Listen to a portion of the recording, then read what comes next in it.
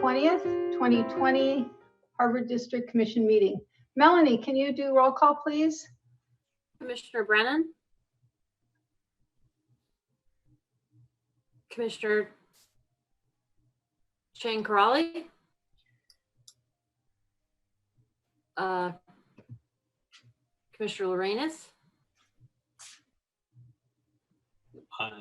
Muted by host. Oh, okay. I didn't hear anybody but Commissioner Lorenz. Okay. So why don't we start over again? Commissioner Brennan? Here. Commissioner Chang, Crawley? Present. Commissioner Lorenz? Here. Commissioner Ryring? Here. Commissioner Mateusz?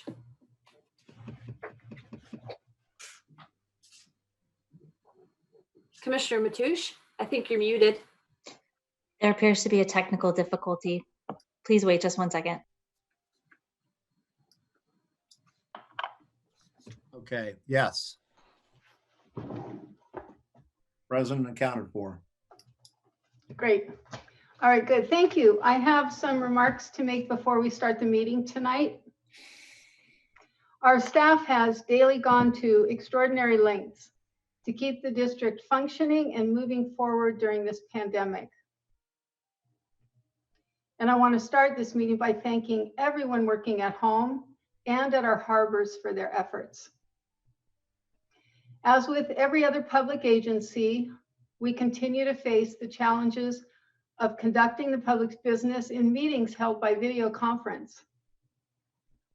My role as chair is to make sure we have a platform that allows us to address each item on the agenda in a thoughtful and deliberate manner. That said, we need to be more disciplined in following proper parliamentary procedure during the meeting, and perhaps more importantly, being courteous and respectful to our fellow commissioners. This is our obligation to the public that we serve. For this reason, I'm setting forward some rules for this Zoom meeting. In order to make sure that every commissioner is heard on the various agenda items, I will poll each commissioner in random order for each matter, just as I've done on the previous Zoom meetings. Please keep your comments until it is your turn so that all of our remarks can be clearly understood and recorded. To better manage this process, I will keep all microphones on mute until I recognize the speaker. This will allow each person his or her opportunity to speak without interruption during the speaker's allotted time. That time limit is 2 minutes and has been since 2019 when Commissioner Brennan was president, and the board voted to limit comment on each item to 2 minutes on a rotating basis. And this rule still stands. Should you wish to make a comment outside of your turn, please ask the chair for recognition to speak by raising your hand on the Zoom platform. These additional comments must be regarding the agenda item at hand and should not repeat comments that you've already made. I will limit any additional comments to 1 minute. Should you wish to ask a question, please ask the chair for recognition to speak by raising your hand on the Zoom platform. Your question should be directed to the agenda item being considered. Any speaker who does not follow these parliamentary procedures will be ruled out of order. If the speaker does not comply with the parliamentary procedures after being ruled out of order, I will place the speaker's microphone on mute. These rules treat everyone equally and fairly. Each commissioner has an opportunity to ask questions, make comments on the agenda item that's being considered. And our agenda allows each commissioner the opportunity to make general comments. Accordingly, these rules do not infringe on anyone's right to speak or anyone's ability to take action on the important matters before us. This should go without saying, but as we begin this meeting, I ask that we all conduct ourselves in a manner that has the public's interest at heart. This Zoom meeting is not the platform to air personal grievances. Such displays do not serve our community. They're destructive to our extraordinary staff who dedicate themselves to making our agency successful, and they're absolutely unbecoming of our board. With regard to that, at our last meeting, Commissioner Brennan engaged in conduct that was completely disruptive to our meeting, and she was ruled out of order on at least 3 separate occasions. Her inappropriate conduct did not serve the public, as evidenced by the difficulties we faced in conducting our business that evening and by the public's reaction to the meeting. This conduct was unacceptable by any measure. For this reason, I will be bringing the matter up again later when we are discussing future agenda items. Now to begin the agenda. For item number B, public comments, commissioner comments, and committee updates, I am moving all of these to the end of our agenda. And in the interest of addressing our business within our established meeting time, I am making a motion to limit both commissioner comments and comments by the public to 2 minutes each. Do I have a second? I'll second that. Great. Roll call, Melanie. Commissioner Chang Crawley, Aye. Commissioner Lorenz, Aye. Commissioner Ryring, Aye. Commissioner Mateusz, Aye. Commissioner Brennan. No. The motion carries. So on to the consent calendar. I'll be moving pulled consent calendar items to the end of the agenda, if there are any. Otherwise, we have the consent calendar in front of us.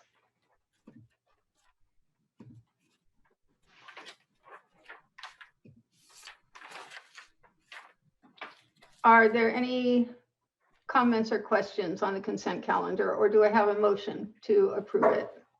No, actually, I would like to pull item number 3 off. Those are the minutes from the April 15th meeting. I think that there may not have been accurate. It may not have been as accurate, and so I would like to pull that off right now and maybe make some changes and bring it back to the next meeting. Okay, so we have item number 3.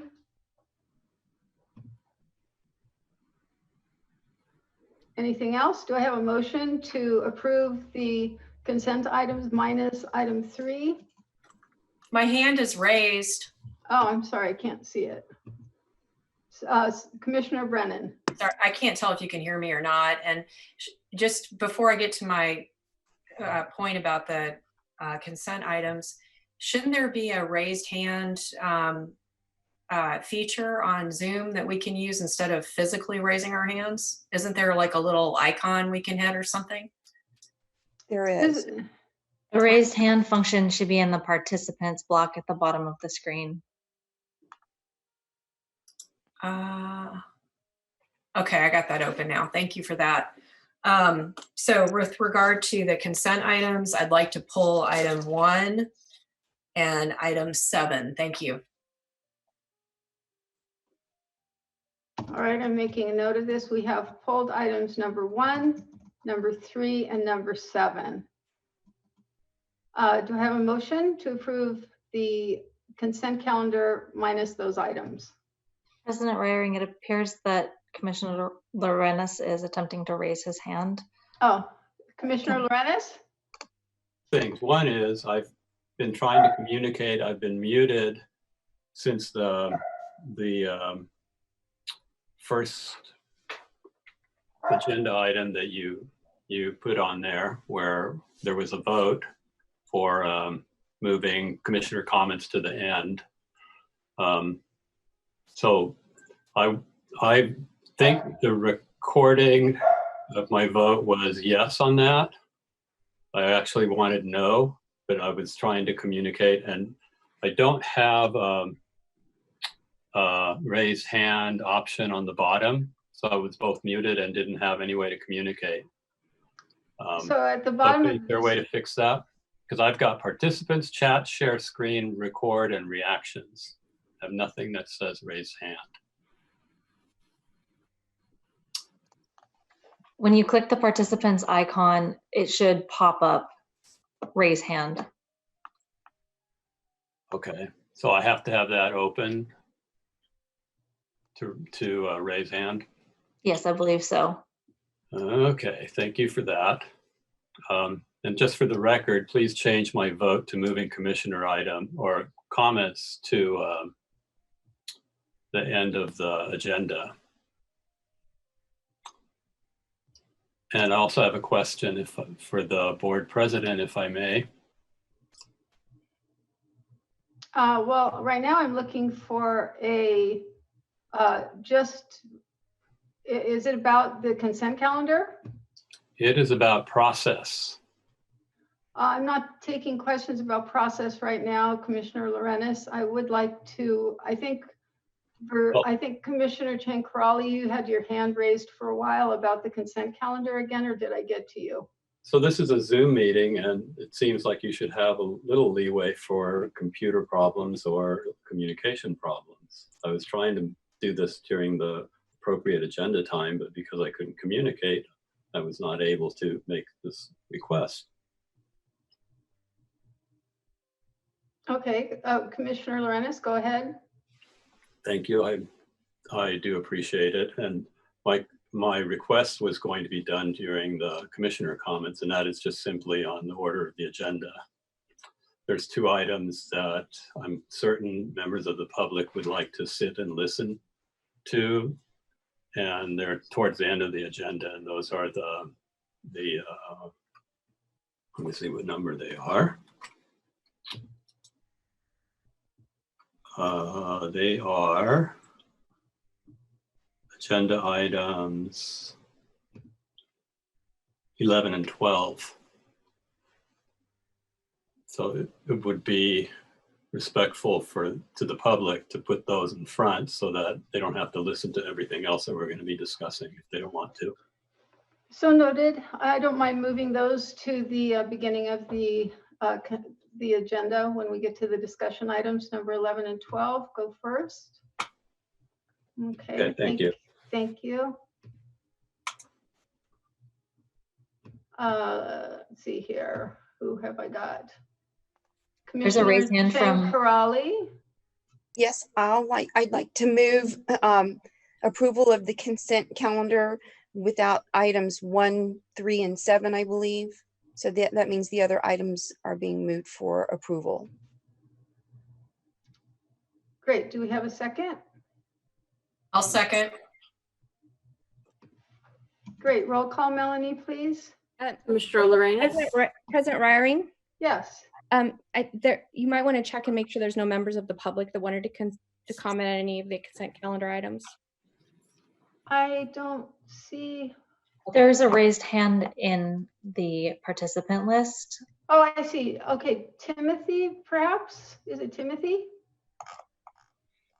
Timo? I see a phone number Timo. beginning in 6. Oh, I do see that. Yeah, Timo? You've been unmuted for comment, Timo Sieg. Okay, hello. Actually, this is my son's computer. My name is Samuel Sigu. I'm a commercial fisherman in Half Moon Bay, and I did want to hear and discuss what, Article 1.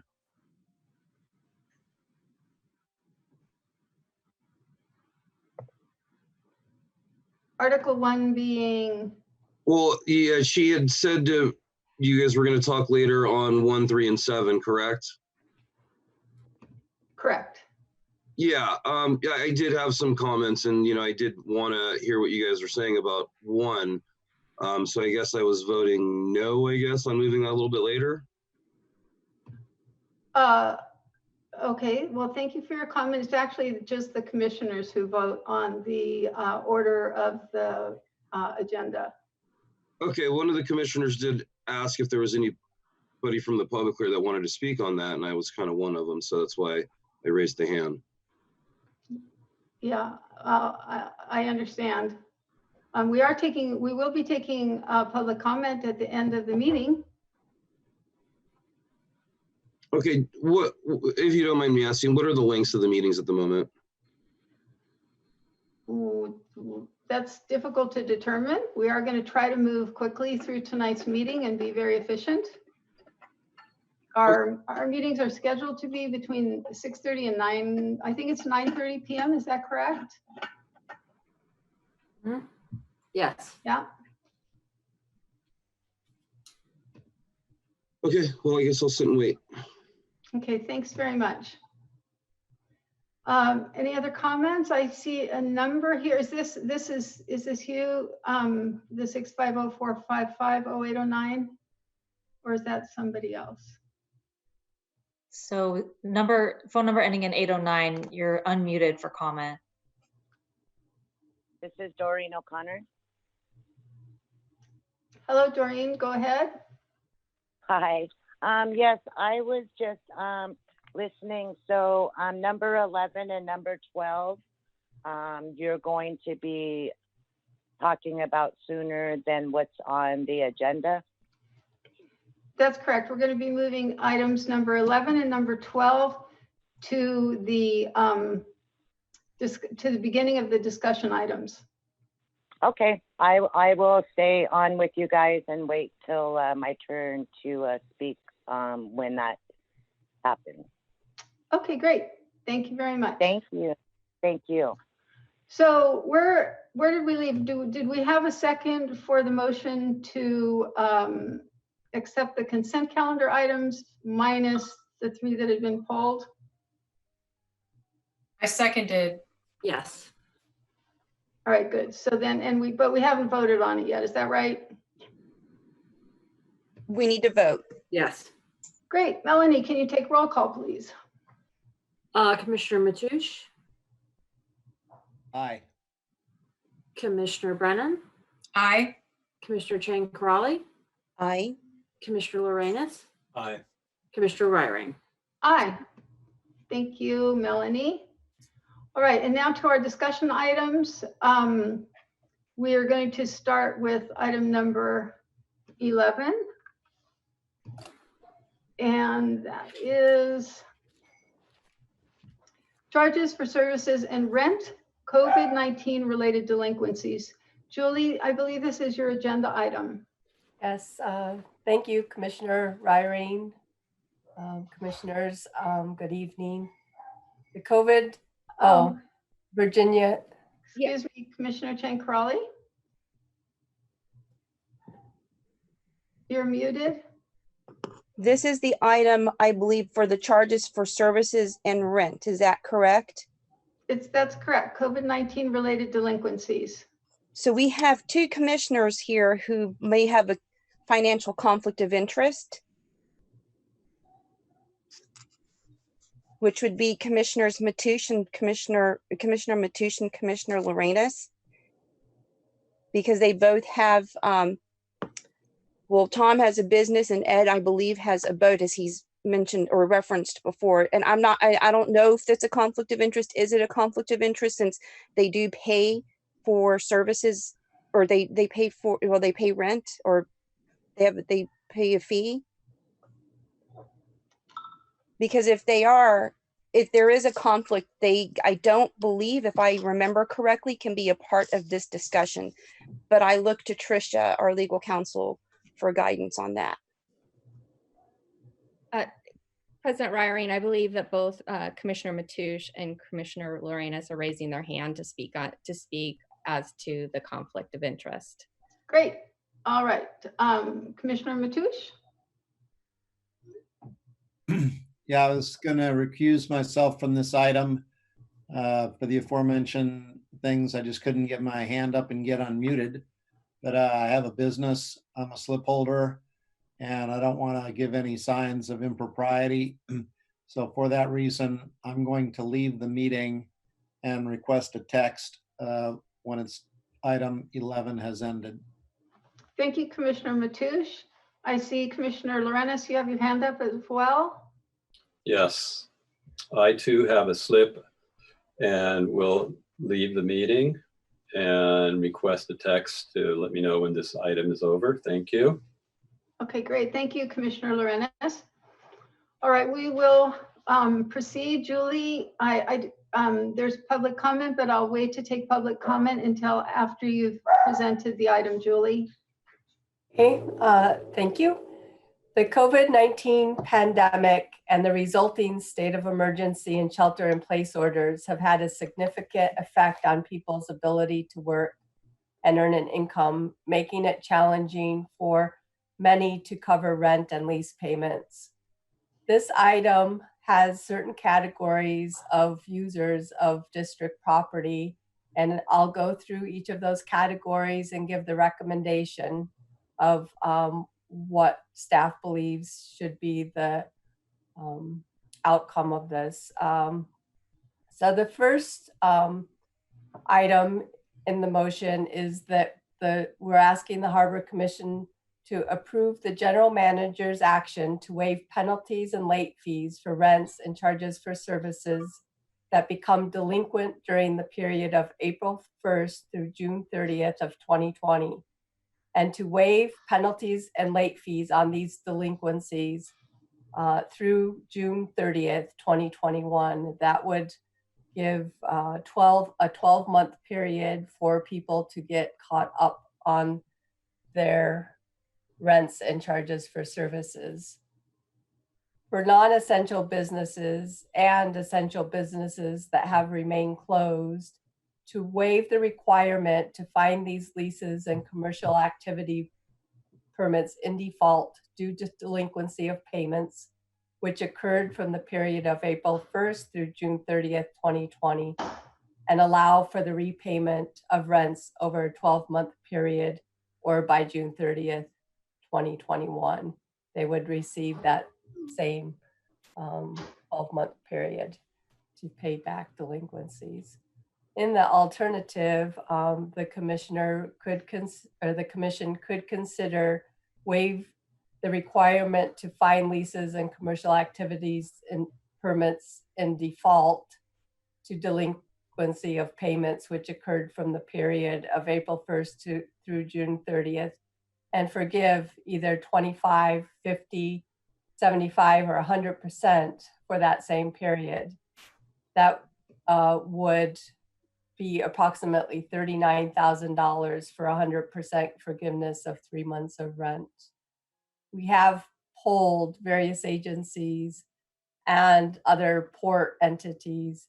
The majority of people are allowing the deferral of rents, but very few are allowing the forgiveness or partial forgiveness of those rents.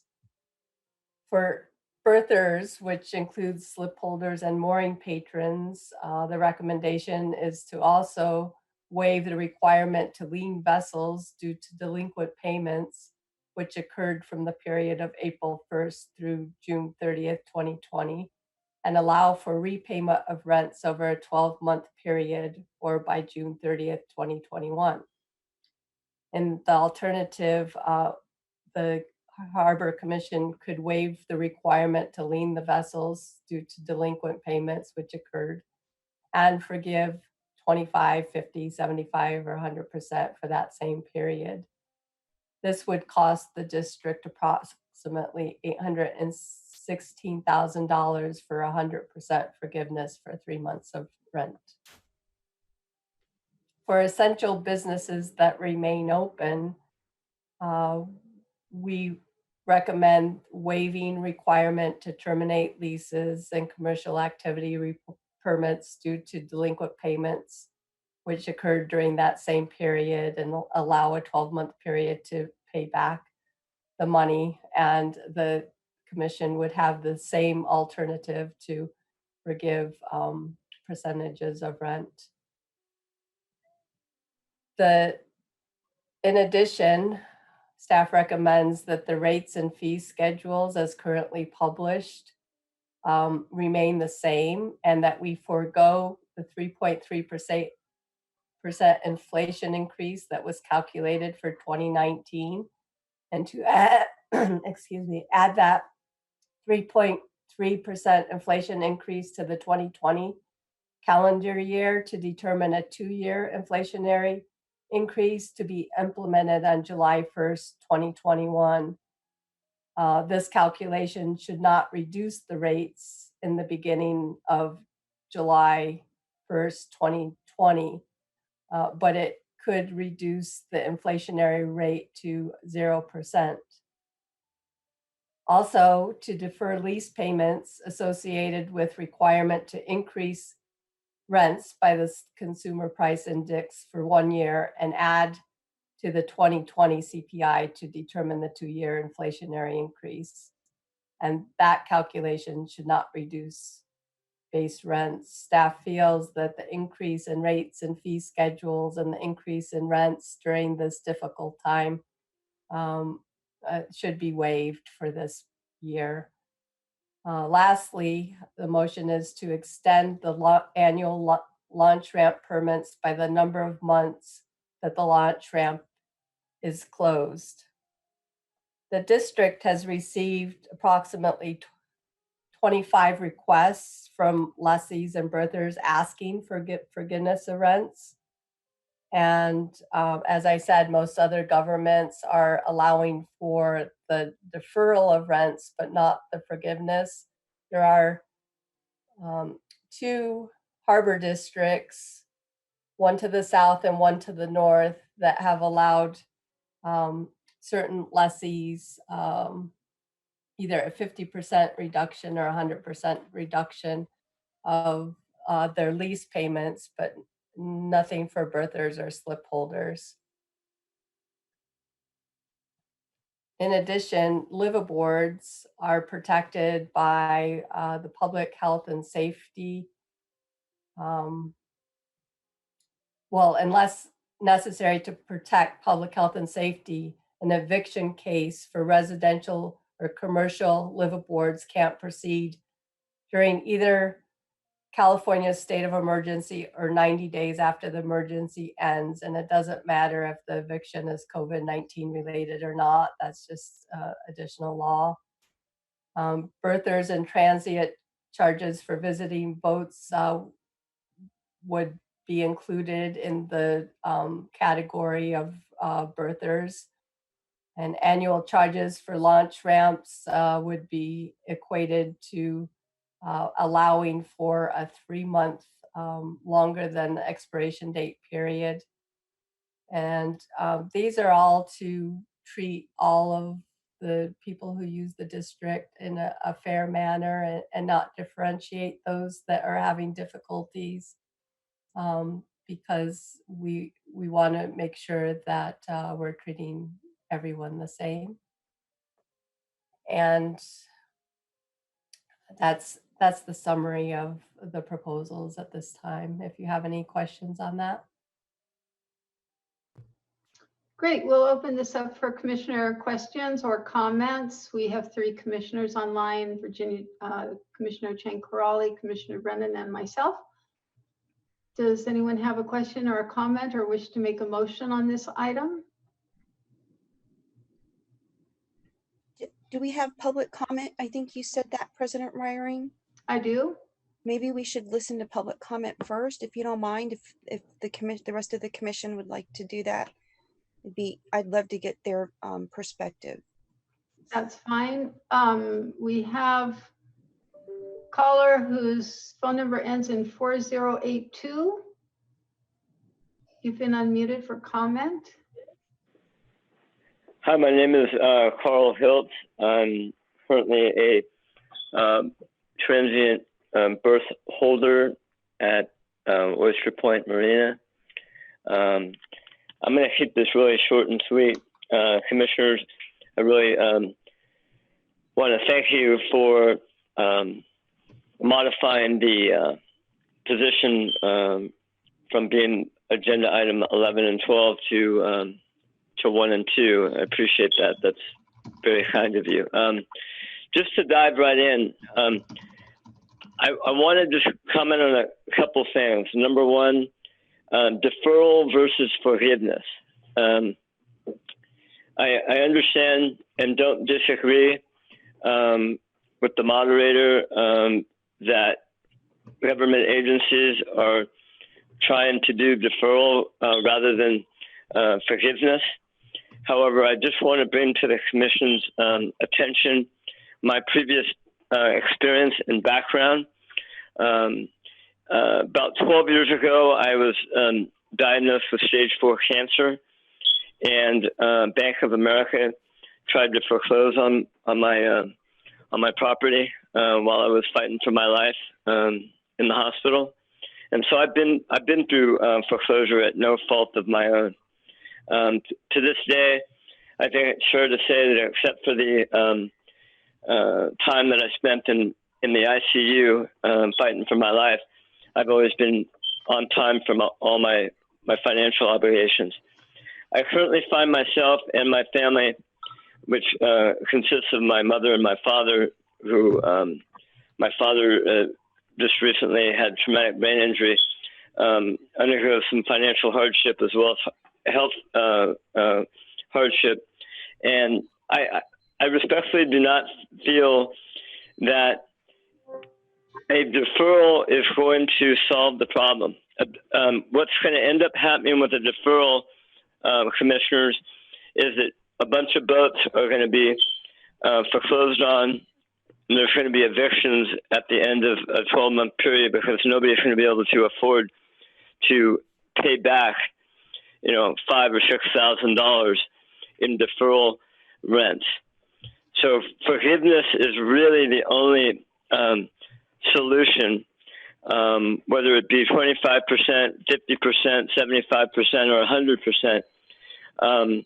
I know it's a lot to ask, but I will tell you that in talking to a number of people in the harbor, if the commission decides to do anything less than 100% at this particular time, there's going to be a lot of vacancies and a lot of boats that are going to need to be left behind and dealt with at the expense of the harbor and the county, because nobody can afford their bills right now.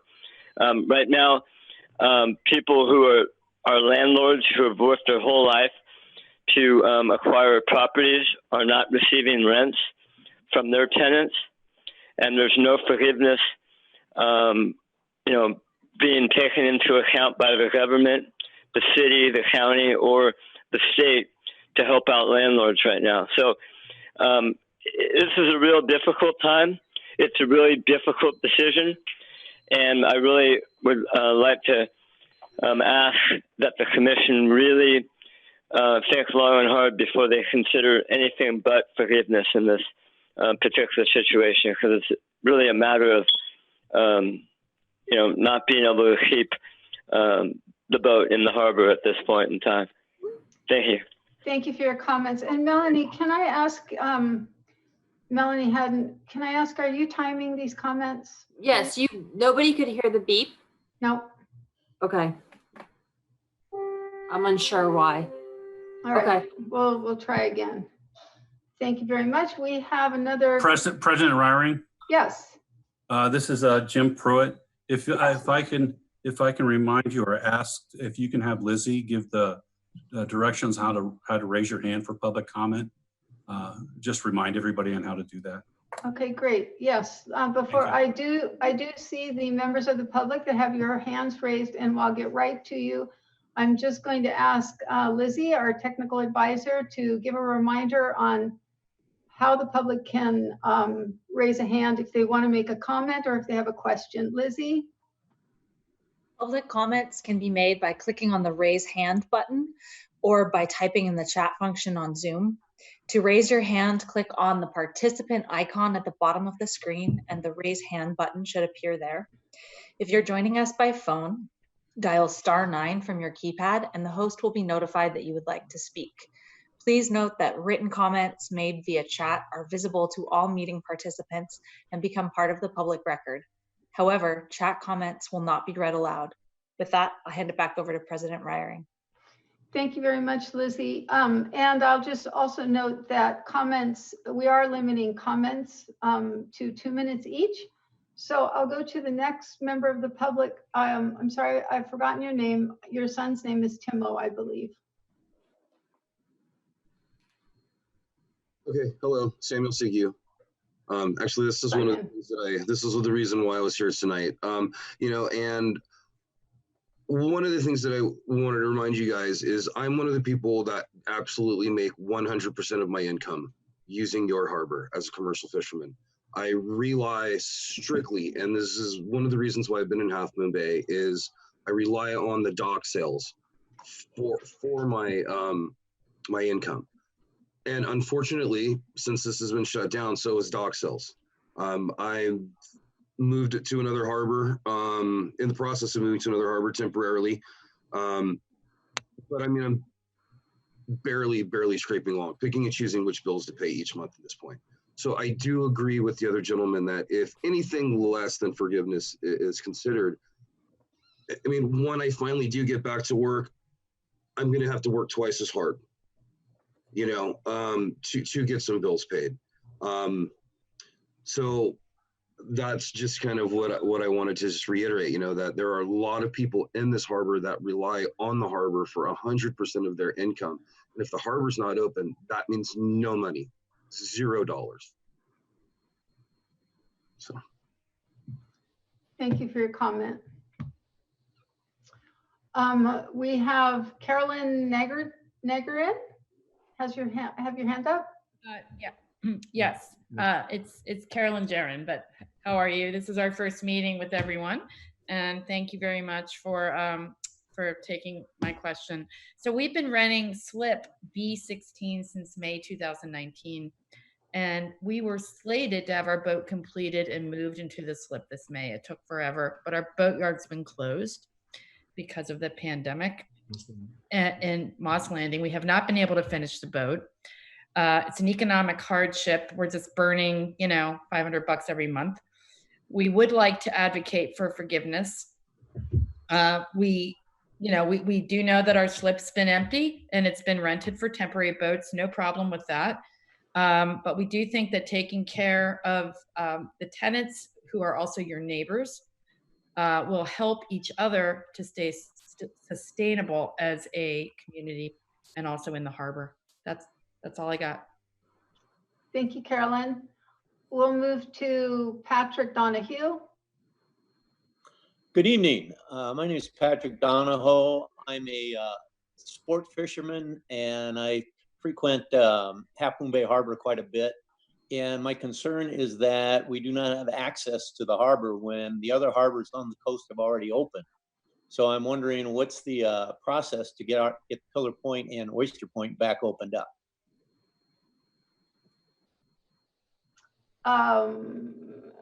Thank you for your question. I think that's a little bit off topic, but I could ask our general manager, Jim Pruitt, do you care to address this at that question at this time, or should we keep moving forward with this agenda item?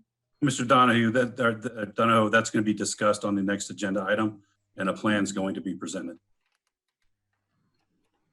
Thank you, Jim.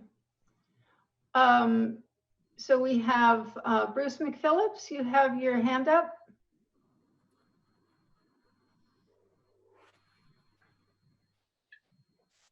Hello, can you hear me? Yes, there you are. Thank you very much. I'm the Commodore of the Oyster Point Yacht Club, and I do want to thank the Harbor Commission for bringing this to everybody because it's very important for us. We've been a member of the Oyster Point community for 30 plus years, and we have tenants who work within our facility, and they provide catering and banquet facilities, and it looks like they may not open for the rest of the year. My question would be, we are not looking for a forgiveness. We are looking for deferral and to work with us and with our tenants because we do provide a valuable service for Oyster Point. If this continues past July, will the Harbor District continue with this program?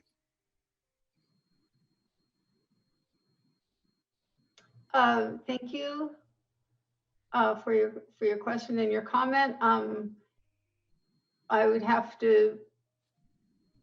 I would recommend that we maybe bring an item back to the commission for further consideration if this continues to be an issue.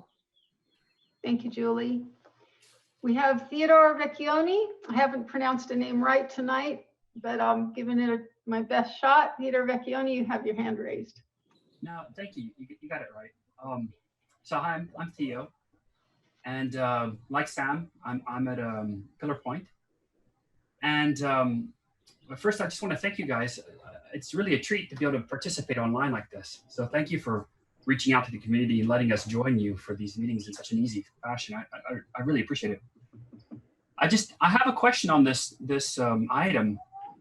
It's a discussion of forbearance or forgiveness for monthly rents or leases. But what happens if you've already paid your lease? If you made choices and you decided to pay what was due every month, but maybe you didn't pay something else because you put the money in that direction, is this only going to apply to people who have some sort of a accumulated debt, a back debt, or can this be retroactively applied to everybody?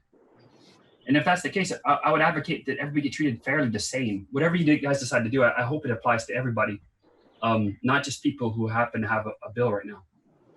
Again, thank you for letting us participate. That's all I had to say. Thank you, Theo.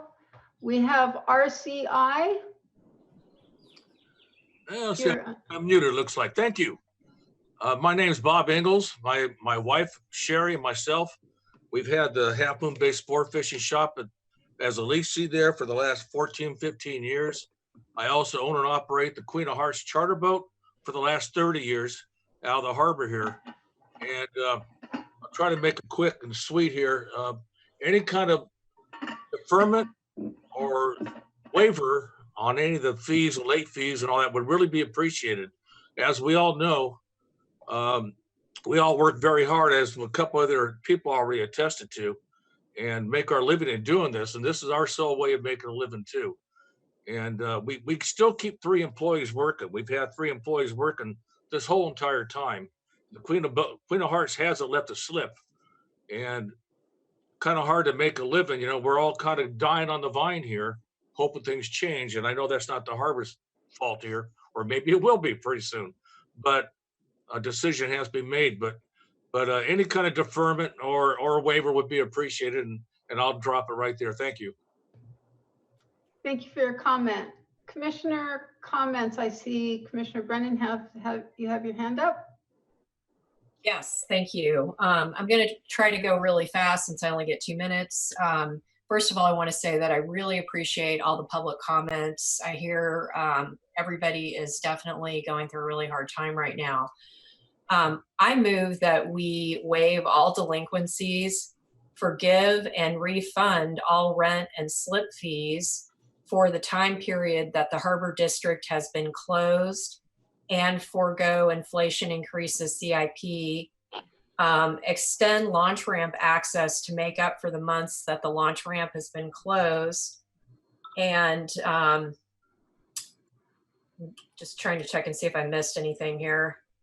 And then bring this back later in the event that we need to extend the time period of forgiveness and refund for rent and slip fees beyond the time period that the district is closed. Can I get a second? Is there a second for that motion?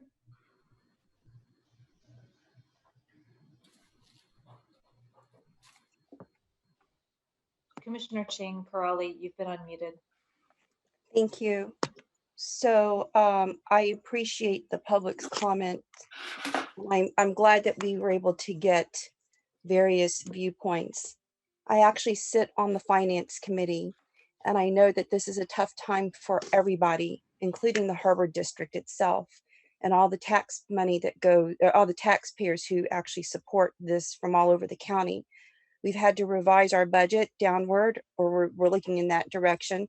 We've increased our reserves so that we can save for a rainy day and continuing to operate the district so that at least we can provide the basic services that that our tenants and our visitors enjoy. I appreciate what Julie has done in terms of the analysis, and thank you for doing that, Julie. I know it's a lot of work, and I am actually willing to make a motion pretty much based on what you said, and I'm happy to read this out loud if y'all want, but it's to approve the general manager's action to waive penalties and late fees for rents and charges for services that became delinquent during the period of April 1st through June 30th, 2020, and waive penalties and late fees on these delinquencies through June 30th, 2021.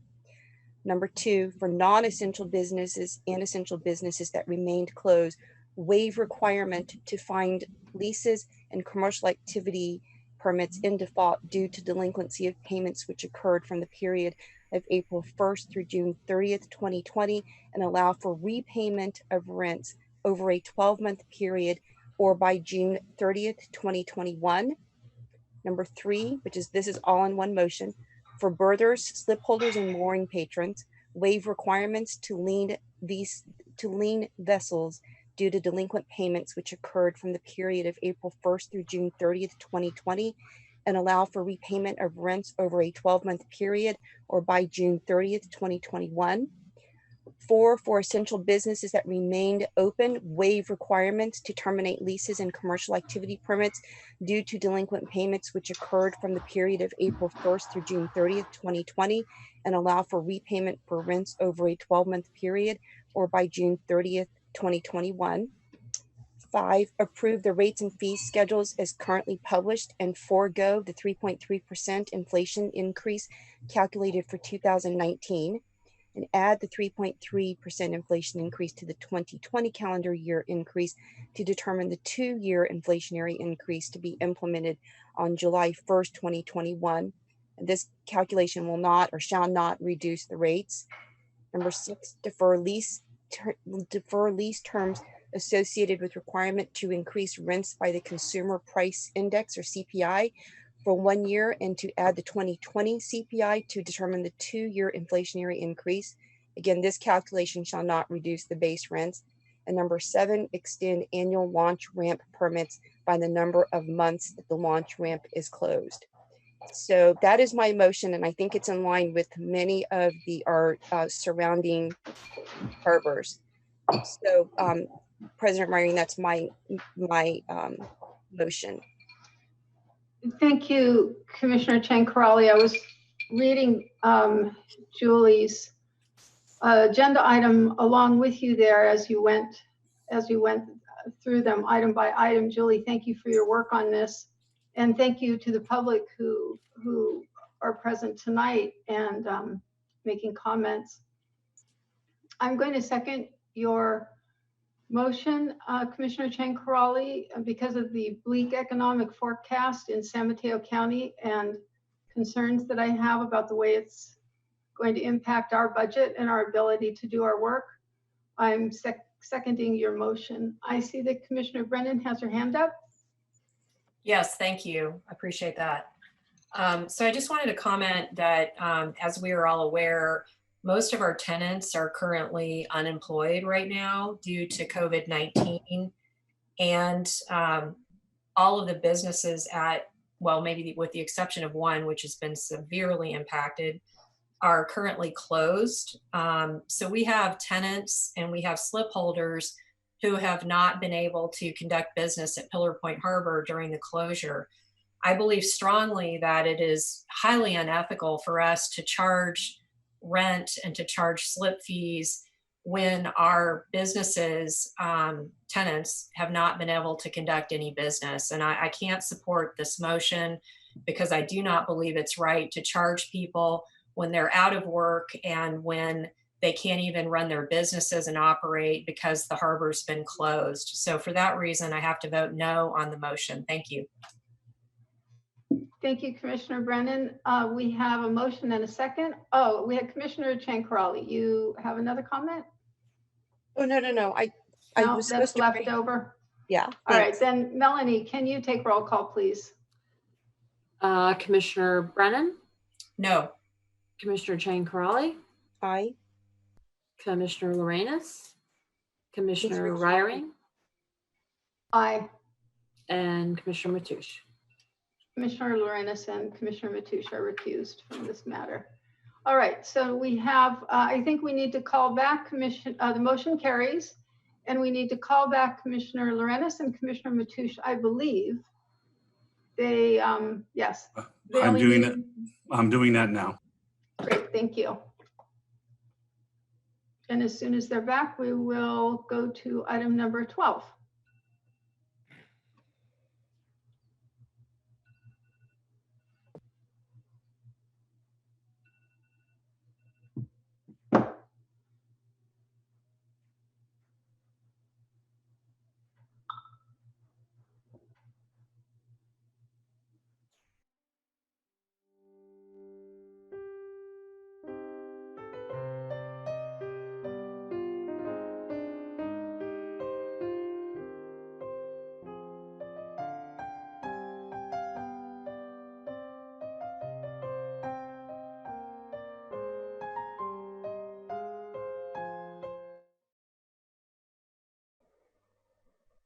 So we're just waiting for Commissioner Lorenz.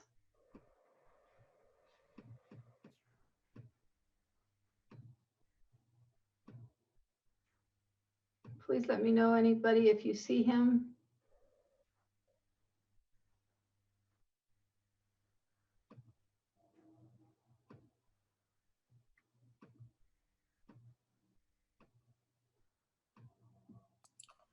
Commissioner Lorenz acknowledged my text and he'll be signing in shortly. Okay, should we wait another minute? Wait a little bit here.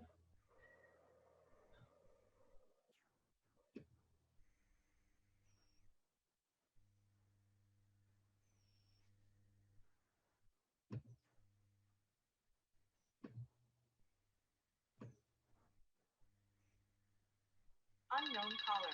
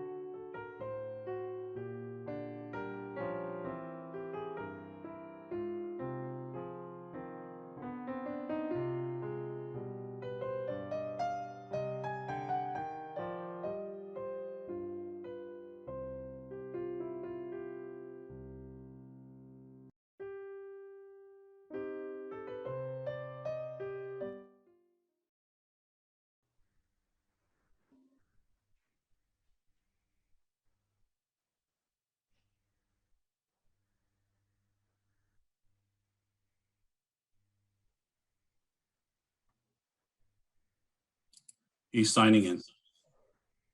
Great. There he is. Let's wait for his audio to connect is my recommendation. Thank you, Jim.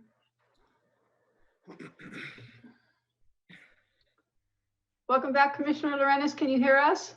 Yes.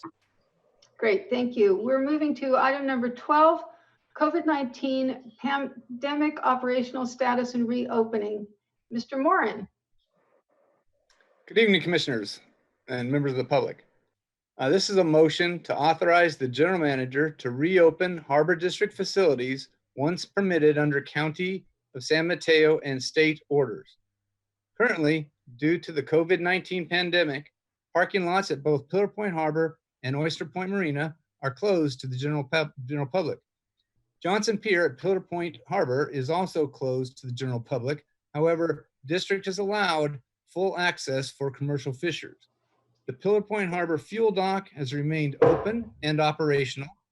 Off the boat fish sales on Johnson Pier is not been permitted as Johnson Pier is closed to the public and all parking lots are closed to the public. Fishing piers at Pillar Point Harbor and Oyster Point Marina are closed. Launch ramps at Pillar Point Harbor and Oyster Point Marina are closed to the general public, but open to commercial fishers and emergency first responders. At both Oyster Point and Pillar Point, public restrooms are closed and portable toilets have been removed. The harbor master's offices are also closed. All business is being conducted over the phone, radio, and in open air while social distancing.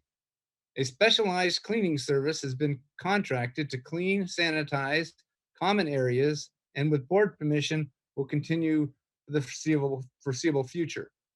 All essential district staff are required to wear face coverings and maintain social distancing as they carry out their duties. Non-essential staff are working remotely. It is staff's recommendation that the decision point to open the harbor and the marina will be related to the county's orders to shelter in place and access to coastal parking. Once these restrictions are lifted, the district needs to be prepared to reopen its facilities to the general public as soon as possible. It is expected that the state of California and the county of San Mateo will lift the shelter in place order in the coming weeks. Local businesses will begin to reopen and the coastal access parking restrictions will be lifted. As a result, the district has established the attached operational plan to reopen Pillar Point Harbor and Oyster Point Marina, not necessarily at the same time. The plan was drafted with the assumption that social distancing and face covering requirements will be continued. In accordance with county requirements, each business that reopens will be required to post their safety protocol. The most recent county health orders keeps in place the shelter in place order, but loosens recreational activity restrictions, more so east of Highway 1. It is apparent that the San Mateo County Chief Health Officer believes the risk is greater west of Highway 1, coast side. Therefore, if the board approves aforementioned motion to allow the general manager to open district facilities when he deems safe to do so in accordance with state and county health orders, the GM will allow Oyster Point Marina, which is east of Highway 1, parking lots, launch ramps, and public restrooms to reopen on Tuesday, May 26th in accordance with the district's Phase 2 reopening plan. Pillar Point Harbor, which is east of Highway 1, will continue in Phase 1 until the county deems safe to lift the following county health order restriction. And I begin a quote. Between the hours of 11 a.m. and 5 p.m., all public access to parks, trails, and beaches west of Highway 1 must be initiated from one's residence and may not involve the use of a motor vehicle to travel to any such recreational area. The purpose of this limitation is to ameliorate the continued gathering and crowding in the parks, trails, and beaches near the coast, end quote. Regretfully, this restriction prevents the district from opening parking lots west of Highway 1 without encouraging people to violate the order, as use of a motor vehicle is prohibited to access recreational areas west of Highway 1. Even though the county health officer's office has responded to launch ramp use inquiries stating, and I again quote, the county's order does not require boat ramps to shut down. Commercial marinas may need to limit their operations and may have decided to shut boat ramps down for their own legitimate reasons, end quote. To access Pillar Point Harbor's boat ramp west of Highway 1, one would have to use a motor vehicle to tow the vessel, thus violating the aforementioned health order. The order does, for some reason, allow motor vehicle access between 5 p.m. and 11 a.m. But the district does not have the resources to open, close, and enforce access during specific times. Arguably, this would be near impossible as motor vehicles would be coming and going at all times of the day. Staff would have to interact with every vehicle to ensure they were authorized. Launch ramp users that were forced to park on Highway 1 or in the neighboring streets because our lot was full would be returning to pick up their boats during restricted times. As much as district staff would like to open as soon as possible, it is simply not feasible until deemed safe by the county to open parking lots without time restrictions. Staff recommends the board approve aforementioned motion to authorize the general manager to reopen Harbor District facilities once permitted under County of San Mateo and state orders.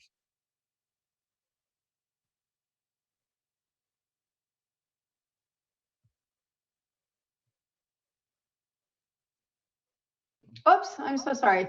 Thank you, Mr. Moore. And on to commissioner comments. Commissioner Brennan.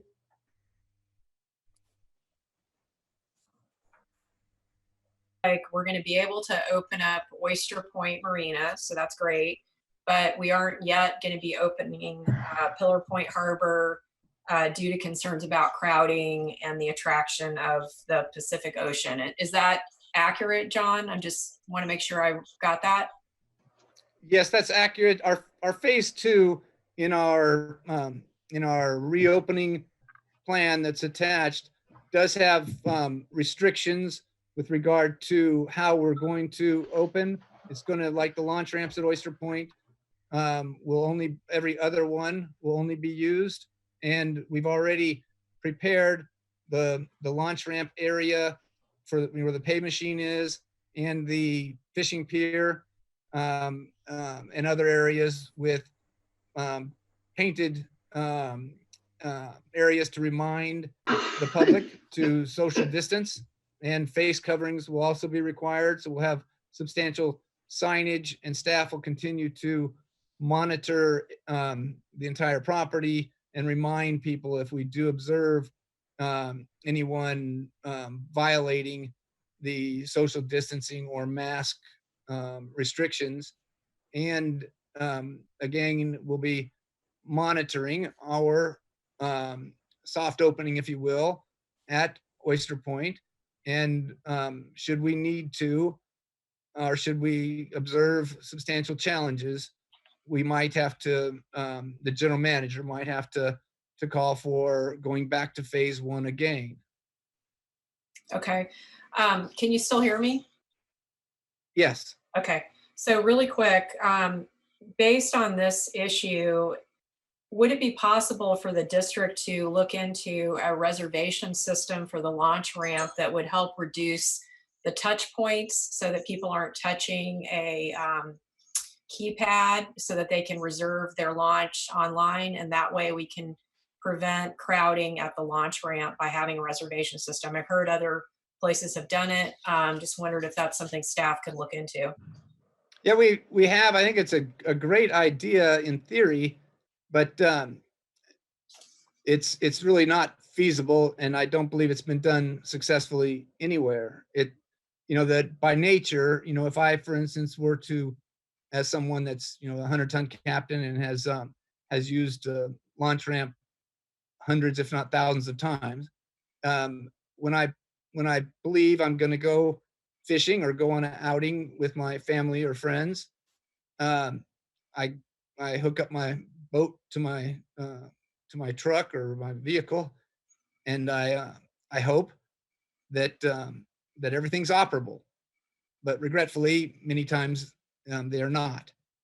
Then, of course, I have to drive, to the ramp, and it oftentimes there's a long line already. If I were to, by some way I don't understand, have a reservation, for 11 o'clock a.m., for instance, how would I get to the front of that line? And to get people to to show up exactly on time for a reservation, and to have others wait for that person to show up, it's a great idea, and we wish we could come up with something like that, and of course would consider it should somebody come up with a viable process or method to do so. But I do not see it realistic. Therefore, everybody showing up, socially distancing, waiting in line just like they always do during busy times, and our staff trying to manage it the best we can, I believe will work. And again, staff have done a great job at already at both at Pillar Point in preparation for opening there, and at Oyster Point in painting stripes 6 feet away from each other by the pay machine. And again, we don't see an alternative to the pay machine other than what we considered, but felt it not necessary, frankly, of just giving free launch ramps, free launch ramp use. Using the pay machine in a safe manner, we'll be cleaning it. We'll be encouraging, of course, people to wash their hands after use. But it's very similar to to any time you stop to get gas and use the keypad at a gas station. John, we can chat more about this later, but what I was thinking of was an app with a window of time, not a specific time. So let's talk about it offline later on. Thank you so much. Okay, no worries. Thank you. We have a member of the public who wants to make a comment. Kristlyn. Hi. Thank you so very much, Crystalline, the president and CEO of the Half Moon Bay Coastside Chamber of Commerce. So related, unrelated, the parking lot's being closed. It's my understanding is having an effect on commercial fishermen being able to sell fish off of the dock. And with the county reopening curbside pickup, I would like to advocate that the boats be allowed to do kind of a curbside pickup deal. And I would like to note that at last night's City of Half Moon Bay Council meeting, they had a long discussion about working with the county and the state to allow the reopening of the recreational and beach parking lots as soon as next weekend. So I think that's probably pertinent to your conversation now. But mainly I just wanted to advocate that there is a reopening plan for those commercial fishermen who rely on selling off of the dock. Thank you.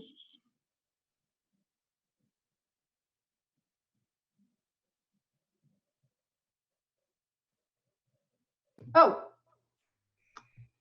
pardon me. I think I was muted. Patrick Donahoe, I see your hand raised. Thank you very much. Commissioner Moran, thank you for the update. It's certainly good news to hear about the Oyster Point launch ramp opening in the following week. That is definitely good news.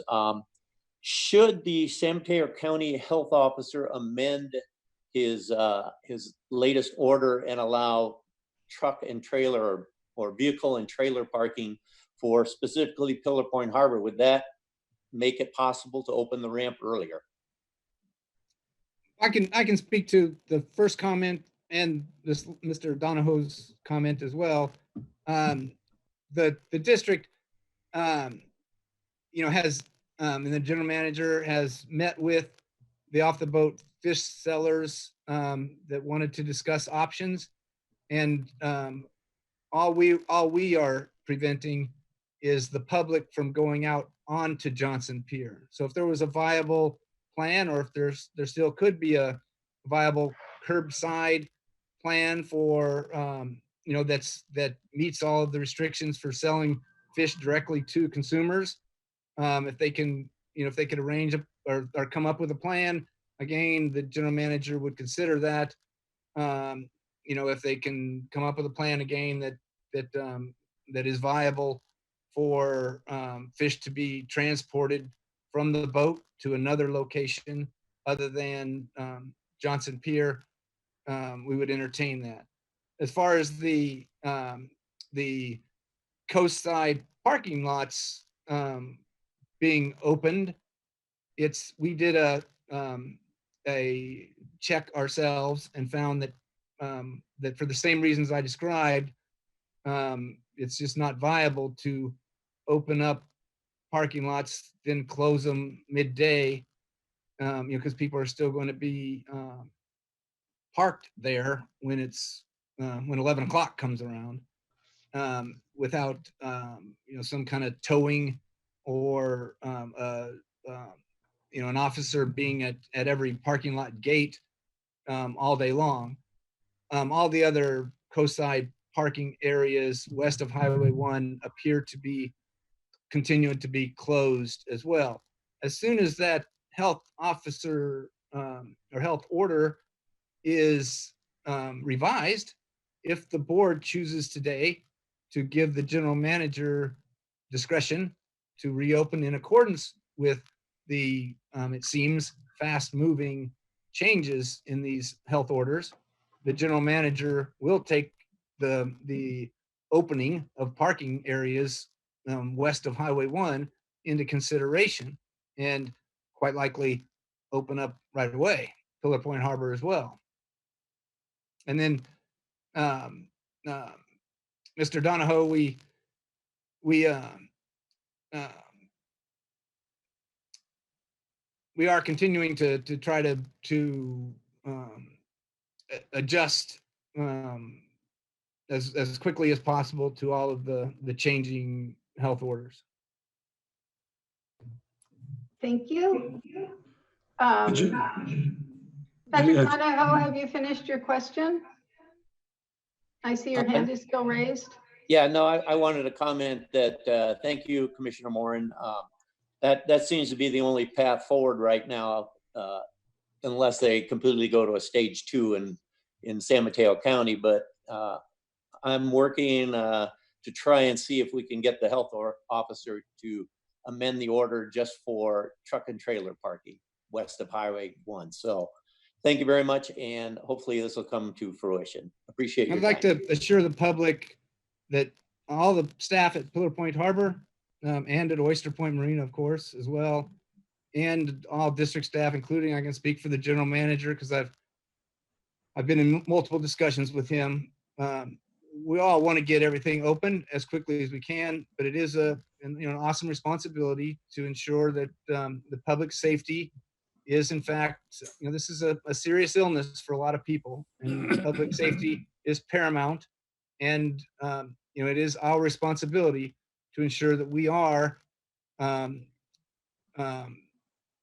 abiding by the health orders. We can't be in a position where it's brought to our attention later that somehow we were not. So we have to err on the side of being conservative. Thank you. And if I can build on John's comments, President Riley. Yes, please go ahead, Jim. So Mr. Donahue, just to follow up with what John was talking about, our biggest restriction right now is the parking. Pillar Point Harbor simply doesn't have the capacity. Even if we restrict it to truck and trailer only, there will be overflow. And what we're trying to prevent is the attraction and overflow parking into Princeton and El Granada. Until such time that the public parking on Highway 1 and the other areas are opened back up that can absorb some of that parking that would go into the harbor, so that people can park their boats safe, at least halfway safe, we won't be able to open the harbor back up until that time. So bottom line for us, or for my decision point and my recommendation to the board is we're going to wait for the county, the state, Highway 1, and the local jurisdictions to open up parking again. Then once that's done, we can move forward and open Pillar Point Harbor back up for off the boat sales and the boat ramps. And I do, to build on what the chamber said, Half Moon Bay City Council did meet last night. There was a strong desire to reopen public access to the coast side, to the parking lots and everything else. And that's been voiced to the county. And I believe the county is working on a plan that possibly will be reopening as early as next weekend, the parking. Thank you, Jim. We have one more member of the public, and then I see Commissioner Mateusz, your hand is up as well. We'll first take the member of the public. Your phone number ends in 0809. Hi, this is Doreen O'Connor. Hi, Doreen, go ahead. I just want to thank you for letting us be able to speak. I have been doing dock sales for over 15 years now. And I was just had already some guidelines down, meaning to maintain the social distancing by taping the 6 feet distancing with tape, meaning down at the boat, and for the customers to wear their face coverings as well as the fishermen, and only allowed 3 people at a time to come down. Also, I have plenty of hand sanitizer, always wear gloves, use a new set of gloves every time you handle somebody's fish, have somebody else handle the money. Also, I do a lot of reservations, meaning I would have the customers meet me at a certain time and only keep it to 3 customers down at the boat. This is essential. Fish is essential, and it's also the fisherman's living. And I am just hoping that you guys really take this into consideration.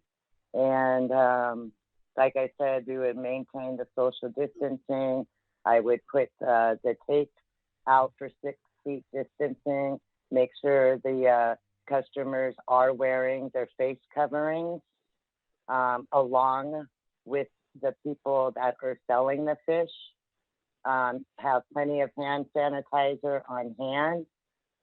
Wear gloves and new gloves each time that you handle the fish. Have somebody else handle the money, and post the safety health order rules and also to follow all COVID-19 and San Mateo health and county rules. And Thank you. that's- Thank you for your Wait, comment. what? Your 2 minutes is up. Thank you so much for your comment. I'm going to move on to, going to intersperse some commissioner comments here with the public. We still have a number of hands raised. Commissioner Mateusz, you have your hand up. I'd like to make a motion that we open Oyster Point Friday, allow people to have the Memorial Day weekend. And as part of the same motion, I'd like to see that the board support the general manager in opening Pillar Point Harbor when the parking ban on Highway 1 is lifted. And he would have that discretion immediately upon finding out that it was safe to do so. Great. Do I have a second for that motion? I'll second that I'll motion. second that. I'll second that. Thank you, Commissioner Chang Crawley. Discussion? Commissioner Lorenz? Thank you. I've got a couple of comments, and the most important one is that I could thank staff for doing the legwork on this. It's been difficult to get information, and it's been changing on a daily basis. And I don't expect the county to tell the district this is how you should open. So there's an element of interpretation of the rules that makes it difficult for our staff to make these decisions.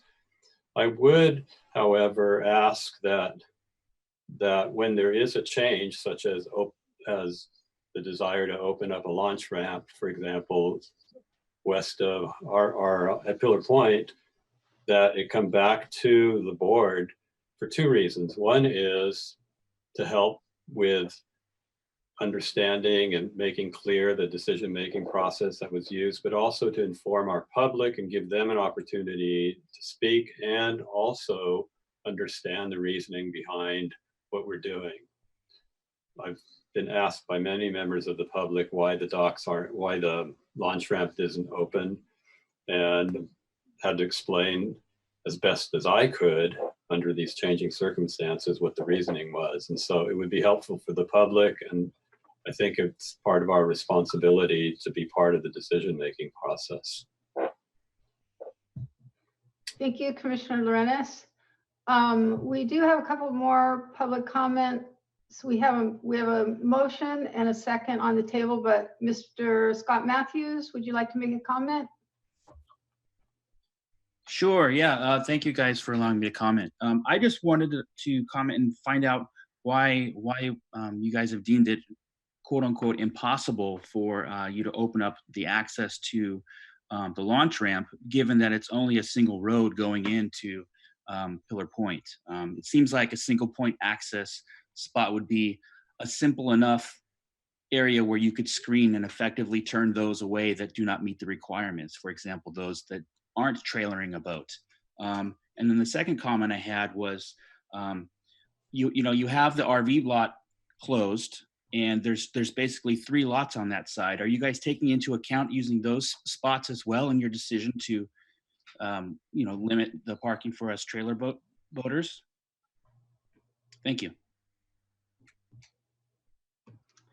Thank you. And RCI, you have your hand up?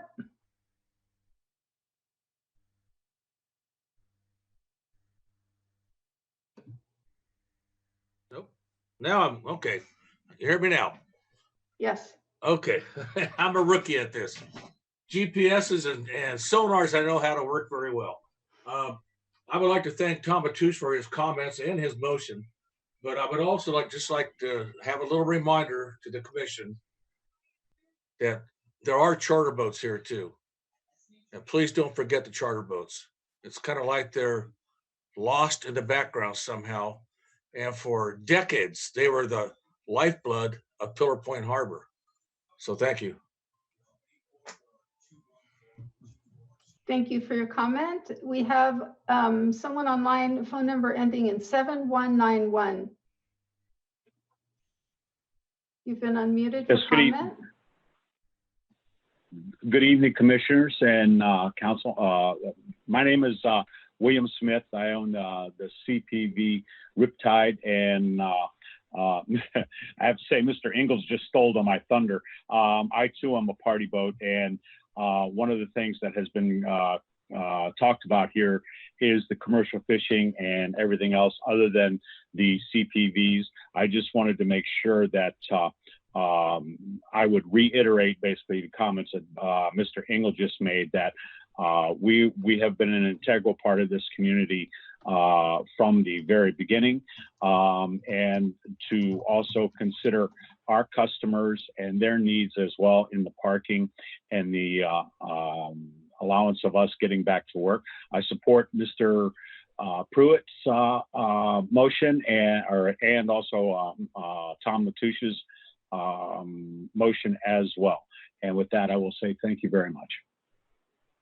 Thank you for your comment. We have one more member of the public, and I have to ask you again to forgive me. I know I'm saying your son's name, Timo. Yes, thank you. So again, I do agree with Bob, and I do agree with Captain Smitty. You know, the party boats, they need to get back to work also. They are also an essential business in the harbor in Half Moon Bay. One of the things that I did hear about the social distancing and having people down to your boat, or doing a drop-off, a point of drop-off to meet your customers. So I specialize in live fish. So on my boat, I have a tank of 50 to 80 fish swimming around. Customers walk into my boat, say, I want that one. I cannot do 80 runs up to a parking lot to hopefully find the perfect fish for the customer. So, you know, again, there are a lot of people that rely on this harbor to make their living. And, you know, we have to figure something out to not only make it easy for our customers to get to their product, but also for us to get them their product. Thank you for your comment. I have to say, I really miss being able to buy fresh fish from you. We do have one more hand up, Frank.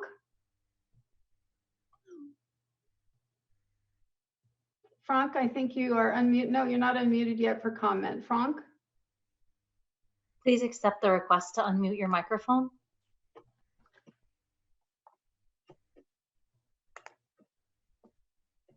Okay, maybe we can come back to this person. All right, well, we do have.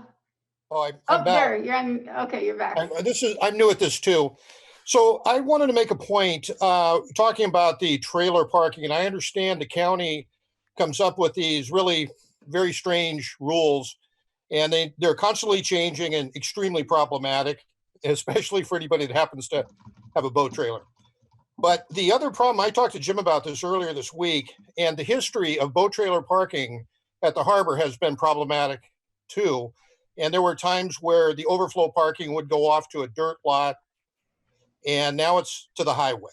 And I'll say right now that for the harbor to expect people to park their boat trailers out on the highway, that's really something that is kind of unreasonable.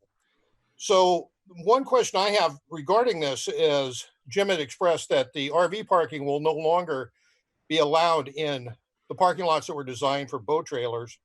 But my question is, the commercial crab pots that have been used up that space as well, is that something that will hopefully be moved to a different location and return those areas to boat trailer parking in the long run, and eventually try to come up with a plan so that people don't have to go to the highway? So, you know, that to me, I feel that this is something that should be looked at this time. That's all I got to say. Thank you for your comment. If there are no further comments, Melanie, Tom, let's see, we have a motion and a second on the table. Oh, we have, I'm sorry, Commissioner Mateusz has his hand up right now. We'll take one final comment before the vote. Commissioner Mateusz. One thing I've noticed is we can't open the harbor without opening the bathrooms. It's a daily occurrence where you walking down and seeing people just using the coastal trail or something else as a restroom. The trailer parking going out on the highway, every launch ramp that is opened has been inundated with boats and traffic and severe problems. So I urge the people that are on this call and watching to further contact the county, do as much help for the Harbor District as we could possibly use. We've got to get their approval, and the Harbor District is on your side. I would not support having another meeting. I believe that the general manager, once he makes the announcement, it goes across our website. I'm sure it'll be picked up in general media. There are people that will be ready to go almost instantly. So with that, I'd like to call for the question. Terrific. Melanie, can you take roll call on this, please? Commissioner Brennan?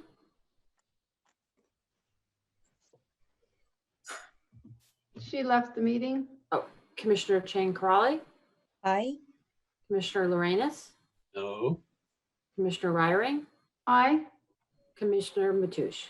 Aye. Great, the motion carries. And I do need to make a comment on our previous agenda item number 11.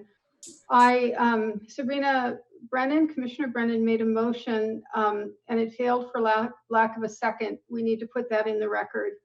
I'm sorry, Melanie, I left that out of my comments. All right, so now we will be moving on to the 11 and 12 were the two discussion items we moved to the beginning of the agenda. We'll now be reviewing the scope and duties of the Human Relations Committee. This is my agenda item. The Human Relations Committee was formed at our last board meeting in April and is composed of myself and Commissioner Chang Crawley. We met on May 20th and we recommended the following scope and duties for this committee: to create values-based systems and policies to ensure that the Harbor District is following local, state, and federal laws, as well as best practices relating to its employees and commissioners, and to ensure the district is creating an attractive environment for current and prospective employees. Do we have any comment or discussion on that, or do I have a motion? Commissioner Chang Crawley. I will make a motion to approve the scope and duties of the newly formed HR committee, which is now a standing committee. Thank you. Do I have a second? Commissioner Lorenz. I have a question, not a second. Okay. Do you want to wait for a second? Yes, thank you. Commissioner Mateusz, you've made a second. So Commissioner Lorenz, you have a question? Yes, on the text of the document, where it says to create value-based systems. Excuse me. What does values-based system mean? Is that a term of art? If it is, then maybe it should use a simpler language. If it's not.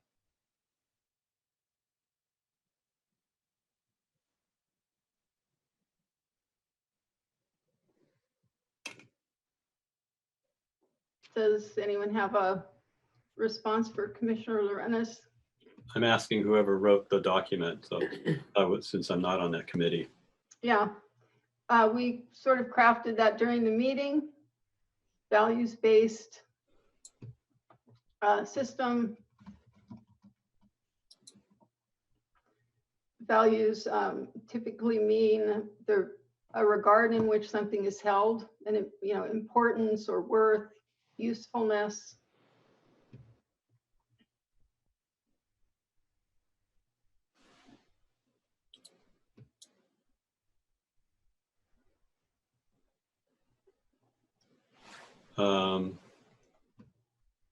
Might be a good idea to just clarify that a little bit.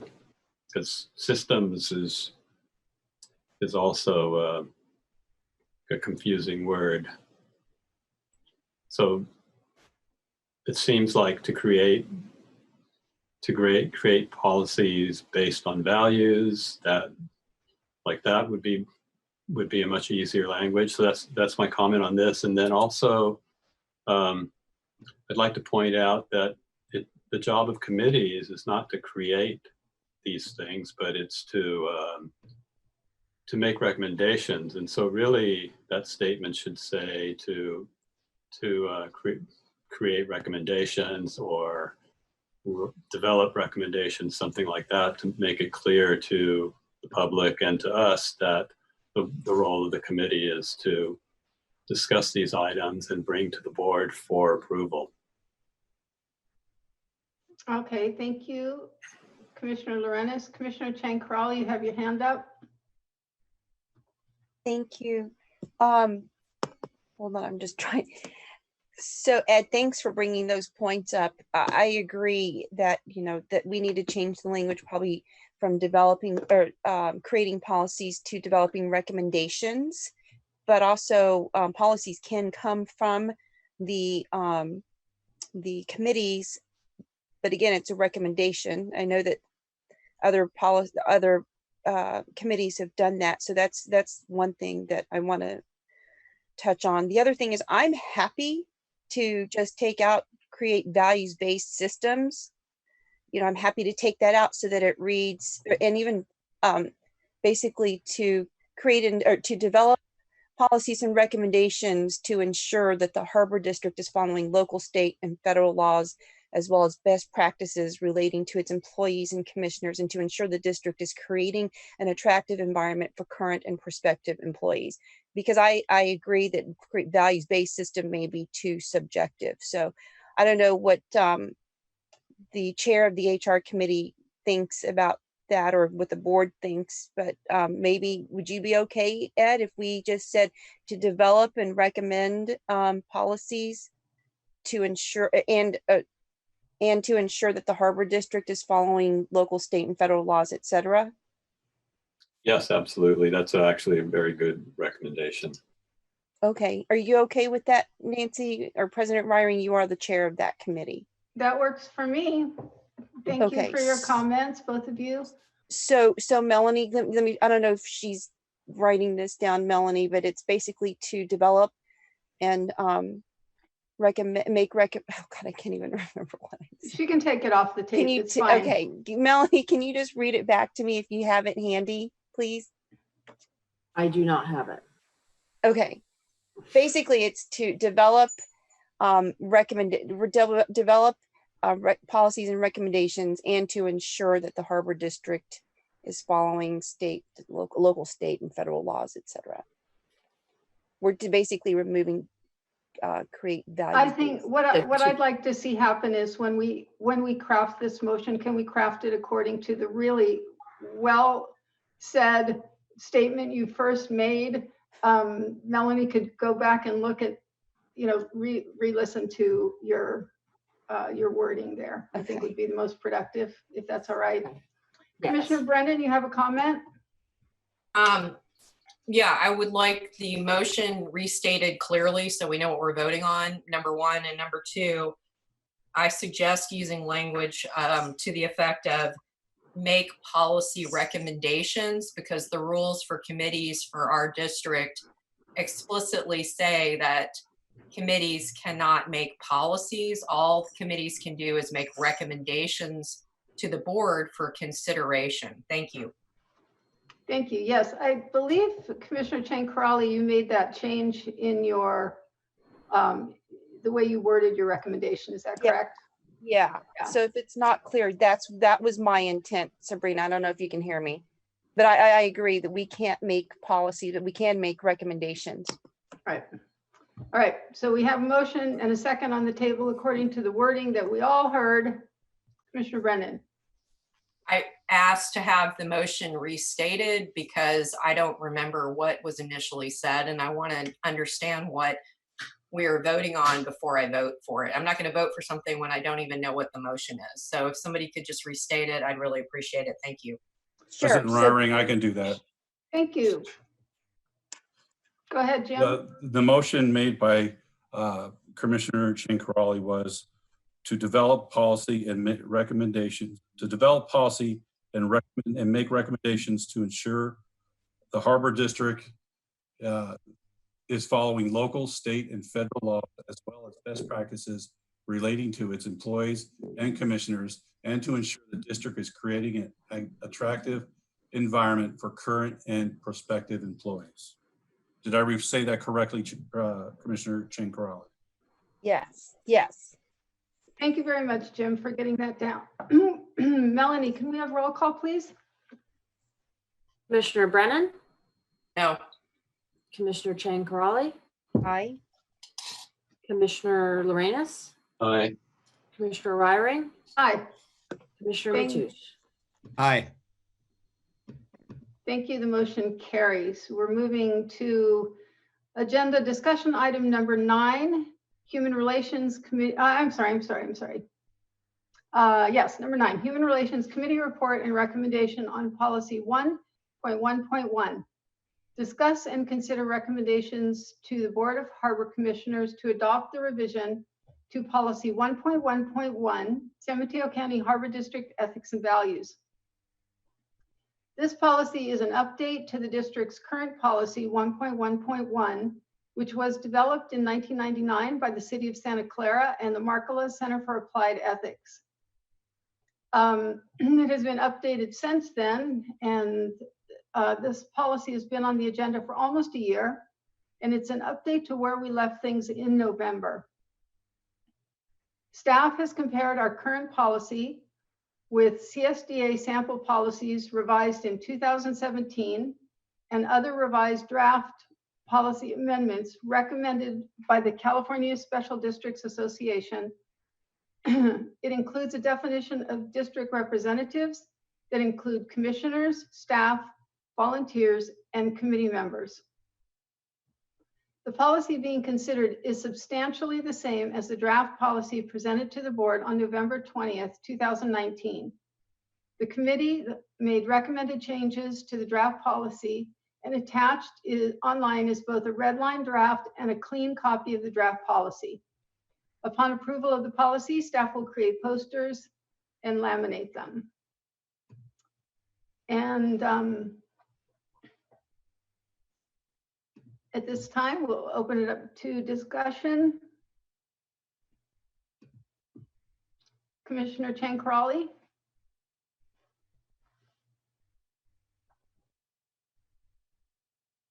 Commissioner Chang Crawley, I see your hand up. Can you hear me? Yes, And sorry, unmute. I had to unmute myself, sorry. I just would like to make a motion to approve policy 1.1.1, San Mateo County Harbor District Ethics and Value, including any proposed revisions if applicable. But basically, I just want to put the motion on the table so we can move forward with the discussion. Thank you. Do I have a second? Commissioner Mateusz?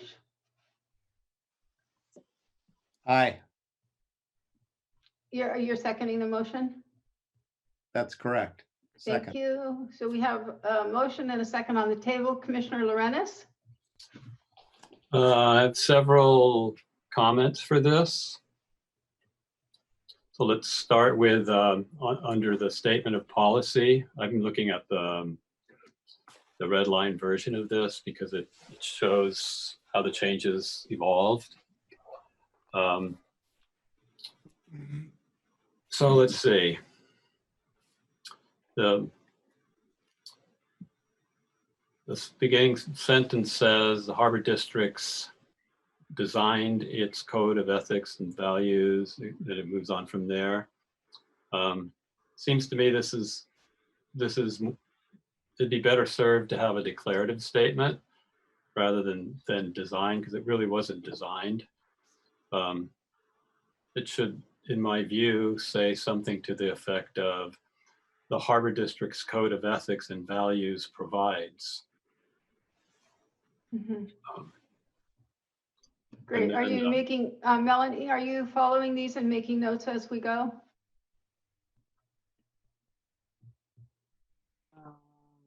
Yes. Thank you. And then can I proceed? Yes, please. Okay, thank you. In the red line version of this, we have that it was in blue in my copy, and it was the paragraph that stated the Code of Ethics Values was developed by 1999, and it references the Center for Applied Ethics of Santa Clara University, from which the basis of this document evolved. Instead of removing that reference, it seems a better way to deal with it is to use it, to put it down as a reference at the bottom somewhere, so that folks realize that, and we give credit to the folks that did all the work initially. Mm-hmm. So that would be great.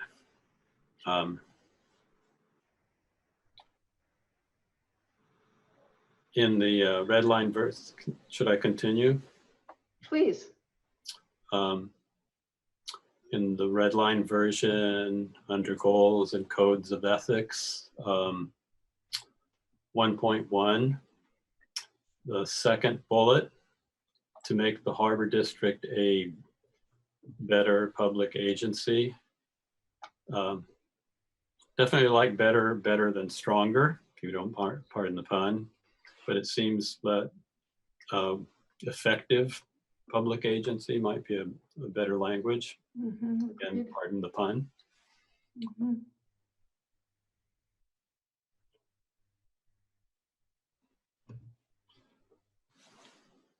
Keep going. Please, these are good comments. I'm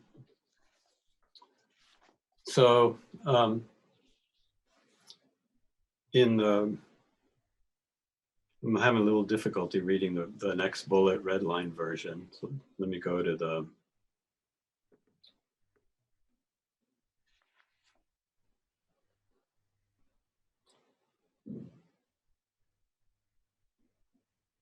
Hey, Ed, yeah. do you mind just I'm trying to follow you.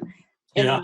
I've got it on here, but if you wouldn't mind just reading this section so I can follow you as well. These changes that you're suggesting are really great. So I just want to make sure we've got those. I'm on section 1.1, goals of the Code of Ethics and Values.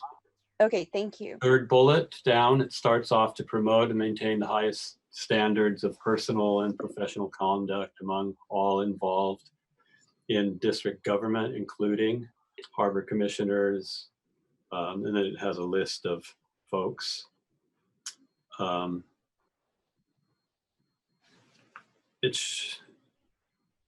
Whenever you make a list like this, you're at risk of forgetting something. So it seems to me you may want to write including but not limited to. Mm-hmm. Good point.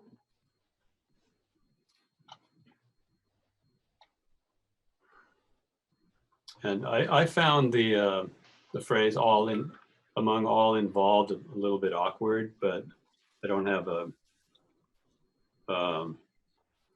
ready-made sentence for you.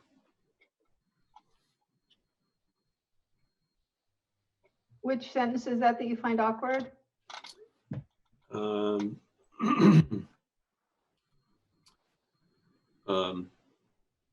Let's see if I can find it again.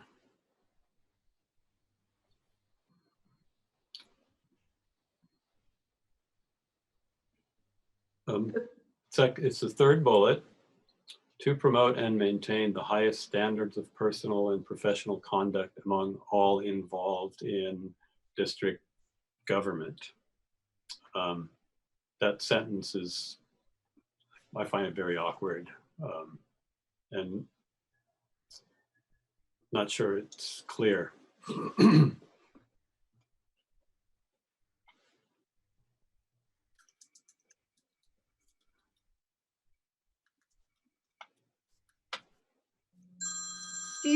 Commissioner Chang, Crawley, do you see that bullet that he's talking about? Oh yeah, I see it under 1.1.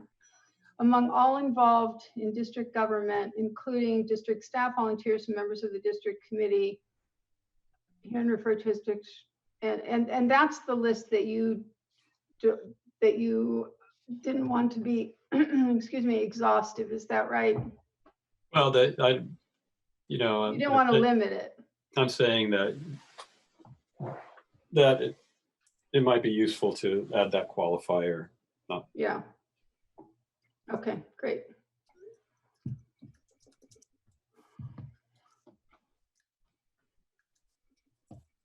Are those your comments, or do you have more? I can keep going. Well, so let's see. Under there's a chart where so below the chart, the sentence starts off, the code is a touchstone for members of the Board of Commissioners. The word that bothers me is touchstone. That's not always clear, especially if you're a non-native English speaker. It might be useful to say something like the Code of Ethics is a guide. Yeah. Something like that. Great.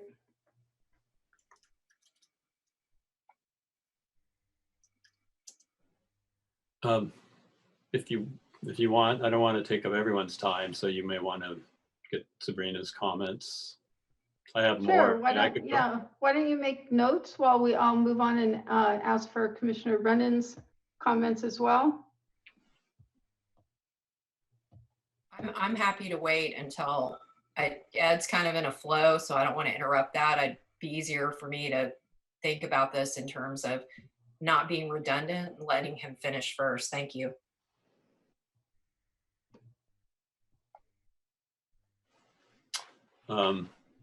Let me get down to my notes. I have them on my computer. It's a little awkward because I'm used to working with paper. Yeah. And I've got to kind of bounce back and forth. We feel your pain.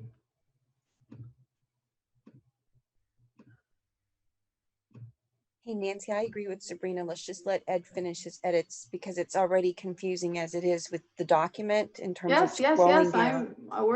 We're letting him go through this here. So Ed, just a friendly reminder to please let me know what page and section you're on.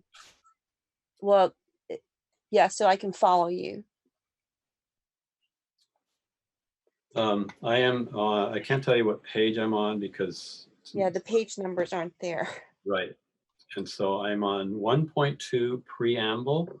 Okay. This is a very long paragraph for something like this.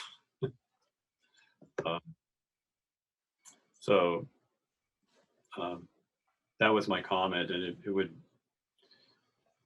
would take us time to actually move this to a smaller, more concise language. So I don't think we should do it at this meeting. And my recommendation for future for things like this is to allow us all to sit together as a special meeting to go through these so the public doesn't have to listen to me go through all of these kinds of edits because it does take time. I think I'll stop with this for now. Thank you, Commissioner Lorenz. Commissioner Brennan? Okay, well, I would just like to say that I agree with the edits that Ed made so far, but there are many pages left in this document that have just as many problems.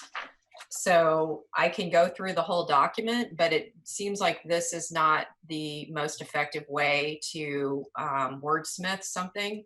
And I would agree with Ed that going forward, when we're going to be developing policy documents like this or doing heavy revisions on a previous policy document, that we do it during a special meeting and we get the public more involved. I do see that we have written comments that are being published on Zoom where people are speaking out that this is confusing and that they'd like the notes from the committee meeting and so forth. So I think that gets back to Ed's point about having a special meeting to properly draft policy documents so that we all get them wordsmithed correctly. So If you want me to go through the whole thing, I will, but that seems to be not very effective and it would take a long time.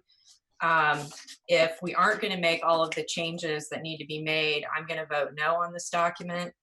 And I would hope that we would get these changes, all the changes that need to be made, done eventually. So that's kind of where I'm at with it. And I'm open to suggestions about how to resolve this problem. Thank you. Commissioner Chang Crawley. The document as it is before Commissioner Lorenas's very good edits was pretty much the document that was originally presented back in July of 2019. So there are only a few areas that have been added, and I appreciate Commissioner Lorenas's additions and edits. I think that they're very good, and I think that they make a lot of sense. So I made the motion to do this. I'd like to call for the question to vote on this with Commissioner Lorenas's changes.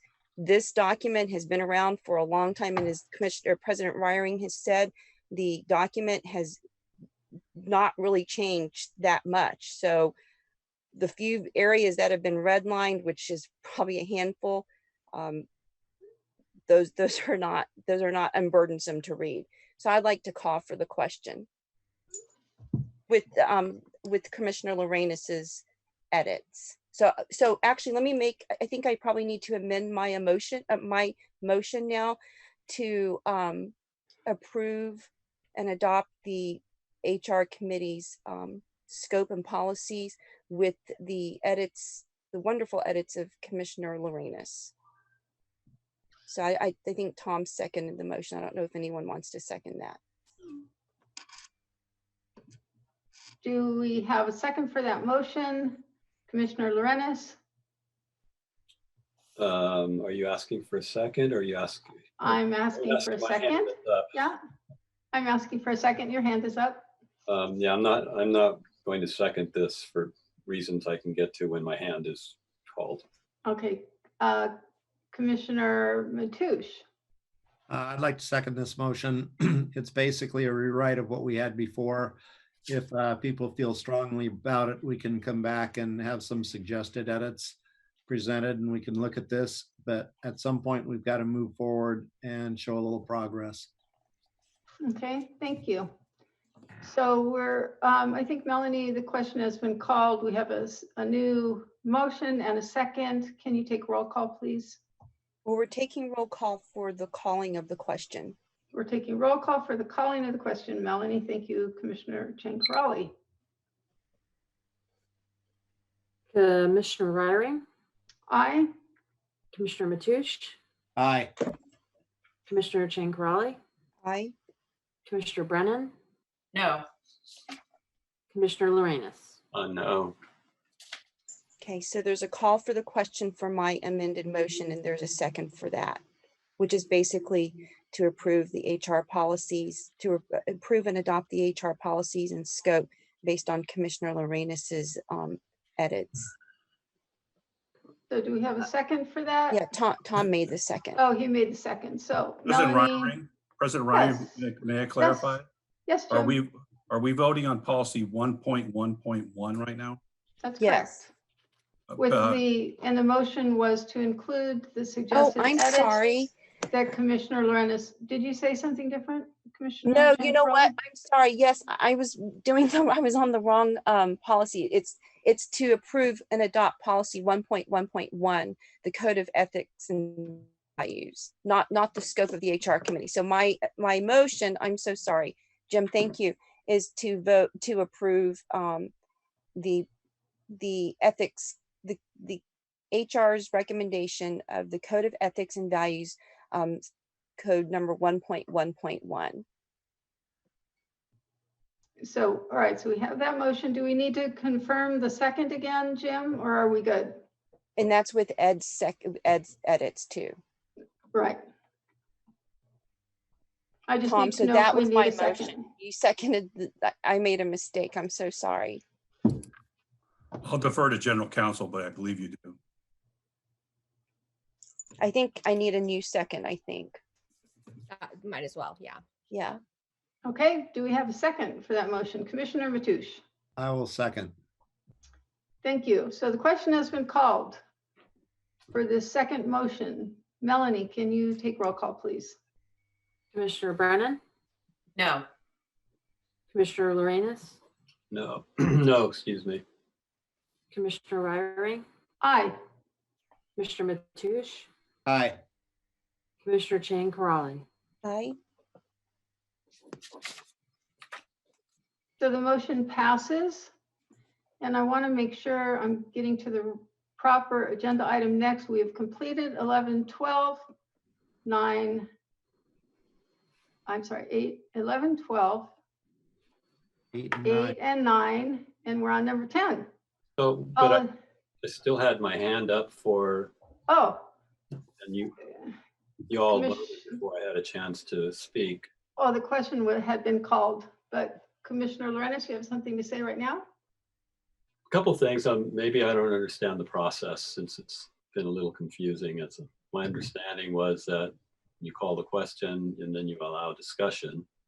I did stop editing because I had lots of edits and we'd be here all night. So I pointed out that it would be best to do this at a special meeting.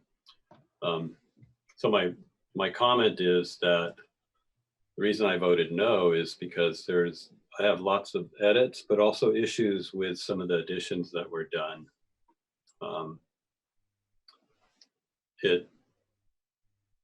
So this has been already passed. So now so my comments are just for the record at this point, it sounds like, right? Right. Okay, so for the record, some of the additions in this really, to me, smack of McCarthyism. You know, this concept of censure, and I think we're going to get back to there's some more of this coming up in our next agenda item, but in a democratic process, and I'm going to urge all of you as you think through some of these policies that you've worked so hard on, to remember that you're trying to write a document that supports a democratic process. And what I see before me is something that is not really democratic. And I can give you details if you want. Thank you, Commissioner Lorenz. Commissioner Brennan, we're really done with this agenda item. I think we're going to be moving on to policy discussion item number 10, policy 3.5, Human Relations Committee report and recommendation. This policy is intended to be complementary to policy 1.1.1, the policy we just reviewed. But while policy 1.1.1 is applicable to all district staff and commissioners, this policy 3.5 builds upon it and is only applicable to commissioners and appointed officials. Our board is a critical body that works to ensure the proper management and fiscal accountability of the district. This policy 3.5, if adopted, will help ensure that all elected and appointed officials, while exercising their office, conduct themselves in a manner that will instill public confidence and trust in the fair operation and integrity of the San Mateo County Harbor District. It is designed to describe the manner in which board members should treat one another, district staff, constituents, and others they come into contact with in representing the district.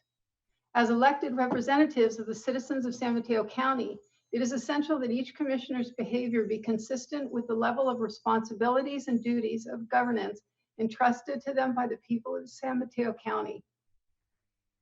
The constant and consistent theme throughout the draft code of conduct is respect. Commissioners can experience tremendous stress in making decisions that can impact many lives. Despite these pressures, elected officials are called upon to exhibit appropriate behavior at all times. Demonstrating respect for each individual through words and actions is the, sorry about this word, Ed, touchstone that can help guide commissioners to do the right thing, even in the most difficult situation. Draft Policy 3.5 was drafted taking into consideration Robert's Rules of Order, and similar policies located throughout the California Special District Association, among others. After discussion and consideration of public comment provided during the committee meeting, the Committee on Human Relations wishes to report and make the following motion: that the Board of Harbor Commissioners adopt policy 3.5, Code of Conduct for elected and appointed officials. Discussion. Commissioner Chang, Crawley.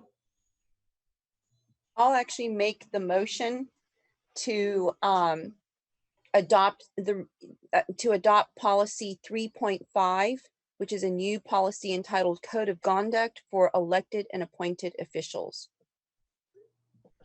Do I have a second for this motion? Commissioner Mateusz.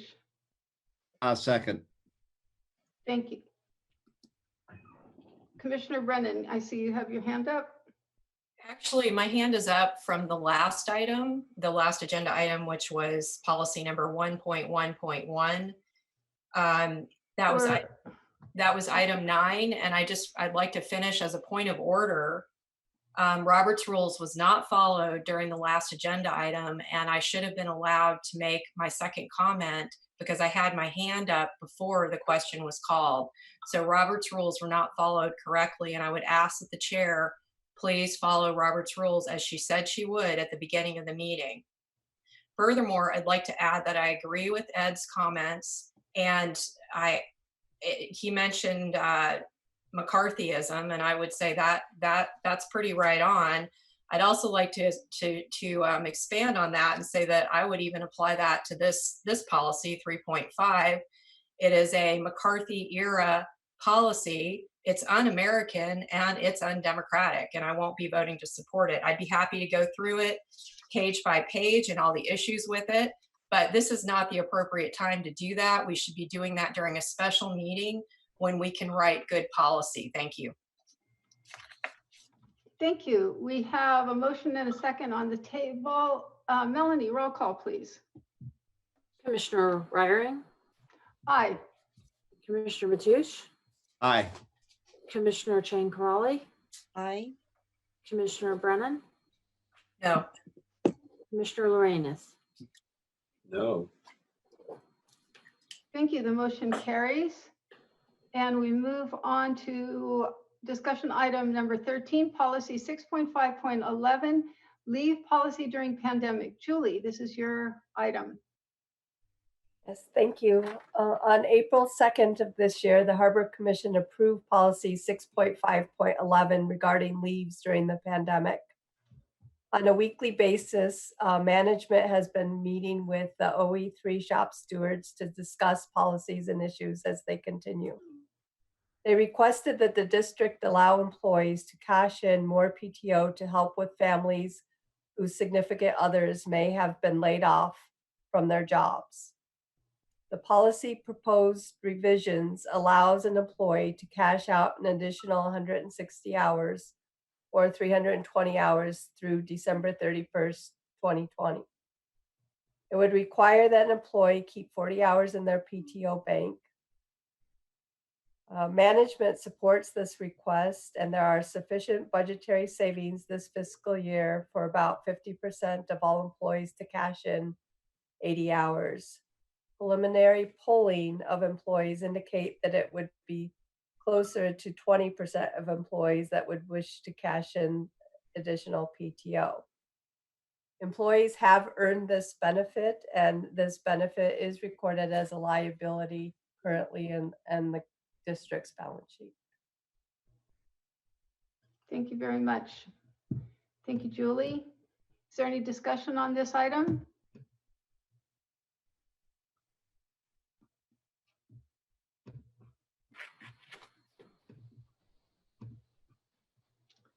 Commissioner Lorenz. I have a question. Can staff give me an idea of what our employees feel about this particular item? Are they happy with the concept? Do they feel it's fair? Have you had discussions with them? This was actually proposed by some of our employees as a method to help people that may be financially strapped because of the loss of work from significant others that may have been helping them meet their obligations. All district staff, as you know, it continues to be employed and works for the district. And so this is kind of a stopgap, and it is embraced by the employees. That's kind of how I saw it, but I wanted to make sure that that they felt that way too. Okay, thank you. Mm-hmm. Thank you, Commissioner Lorenz. Commissioner Chang, Crawley, you have a comment?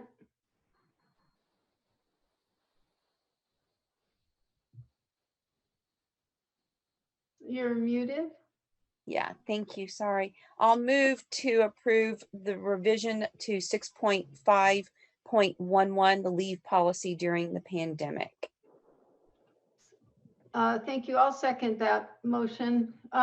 Commissioner Brennan, you have a comment? I was going to make a motion to approve, and that's already been done. Thank you. Thank you. Melanie, roll call. Commissioner Mateusz, Aye. Commissioner Chang Crawley, Aye. Commissioner Brennan, Aye. Commissioner Lorenz, Aye. Commissioner Ryring. Aye. The motion carries. And we move to discussion item number 14, policy 6.1.15, telecommuting policy. This has my name on it, but it's actually also Julie's item. Julie. Thank you again. Policy 6.1.15 is a new policy for the district. It's a telecommuting policy. The language is from the CSDA policy templates and has been adjusted to include the unique situations that have been caused by the COVID-19 pandemic. This policy allows for managers to authorize employees to telecommute, defines the employee rules for telecommuting, including work schedule, requirements for work areas, reimbursement for use of personal resources, which is estimated to be $3 per day for a cell phone and $1.50 per day for use of the internet. All administrative employees have a district provided laptop computer. And in the case that an operations employee works from home, there are a couple laptops that can be checked out. The estimated total reimbursement cost to employees is $3,000, and that is a requirement by California Labor Code 2802. The attached draft has been presented to the OE3 and Teamsters Union Stewards, and they're all on board with this. There's also a checklist for the safety of the employees' working environments. Thank you for preparing this, Julie. Do we have any discussion, or I see Commissioner Chang Crawley, your hand is up? I'll move to approve 6.1.15, the telecommuting policy. And Great. thank you, Julie, for all your work on this with staff. Commissioner Brennan, I see your hand is up. I'll second. Thank you. Melanie, roll call, please. Commissioner Brennan, Aye. Commissioner Lorenz, Aye. Commissioner Ryring, Aye. Commissioner Mateusz, Aye. Commissioner Chang Crawley. Aye. The motion carries. We're going to move to discussion item number 15, policy 6.2.5, sexual and unlawful harassment policy. Jim Pruitt, this is your agenda item, please. Good evening, Commissioners. Policy 3.2.5 is a revision of our previous policy. And on May 8th, the Human Relations Committee reviewed and approved the draft of the sexual and unlawful harassment policy, policy number 3.2.5, for full board consideration. In developing this policy, input from both Ogletree Law Firm and the RWG Law was considered and incorporated. This draft policy is significantly different from the draft policy previously provided the board in November of 2019. It does contain all legal requirements required by state law. Some of the substantial changes from the previous draft include: in coverage, limited the applicability of the policy to those individuals the district has jurisdiction over: employees, volunteers, interns, contractors through contracts. It removed applicants, customers, constituents, contingent workers, candidates, suppliers, and vendors, those who we don't have jurisdiction over. It added the term abusive conduct as defined by state law to the policy as prohibited conduct. It limited the required investigation status update requirement to update the complainant and the alleged perpetrator to whether investigation is ongoing or not, or it's been completed and is being completed. And only the complainant would be notified of the status of the investigation. It removed the paragraph that permitted the person making the allegation and the subject of the investigation to submit rebuttals to the closed investigation. Significantly reduced the prior suggested annual reporting requirement with the intent to protect the privacy of the parties involved, while giving commissioners information on the number and type of investigations and allegations that have been, or complaints that have been made throughout the year. The suggested requirement to have a panel process was also removed. There is no legal requirement to have a panel process. The potential of a panel influencing an investigation is substantial, thus removing the independence of the investigator. The investigator has a strong potential to remove that independence of the investigator. The investigator already has the ability to seek assistance in conducting investigation where he or she may need that assistance. And if I can ask Rebecca Green if I missed anything on my explanation of that policy from RWG law. If you could raise your hand. Rebecca, are you online here? Can you unmute? Rebecca Green has been unmuted for comment. Thank you. Rebecca, do you have anything to add? No, Jim, I think you did a great job of explaining why the policy is in its current form. Great. If you can stand by for questions, please, from the members. Of course. Great, thank you. Commissioner Chang, Crawley, you have your hand up. Yes, I would like to make a motion to, hold on.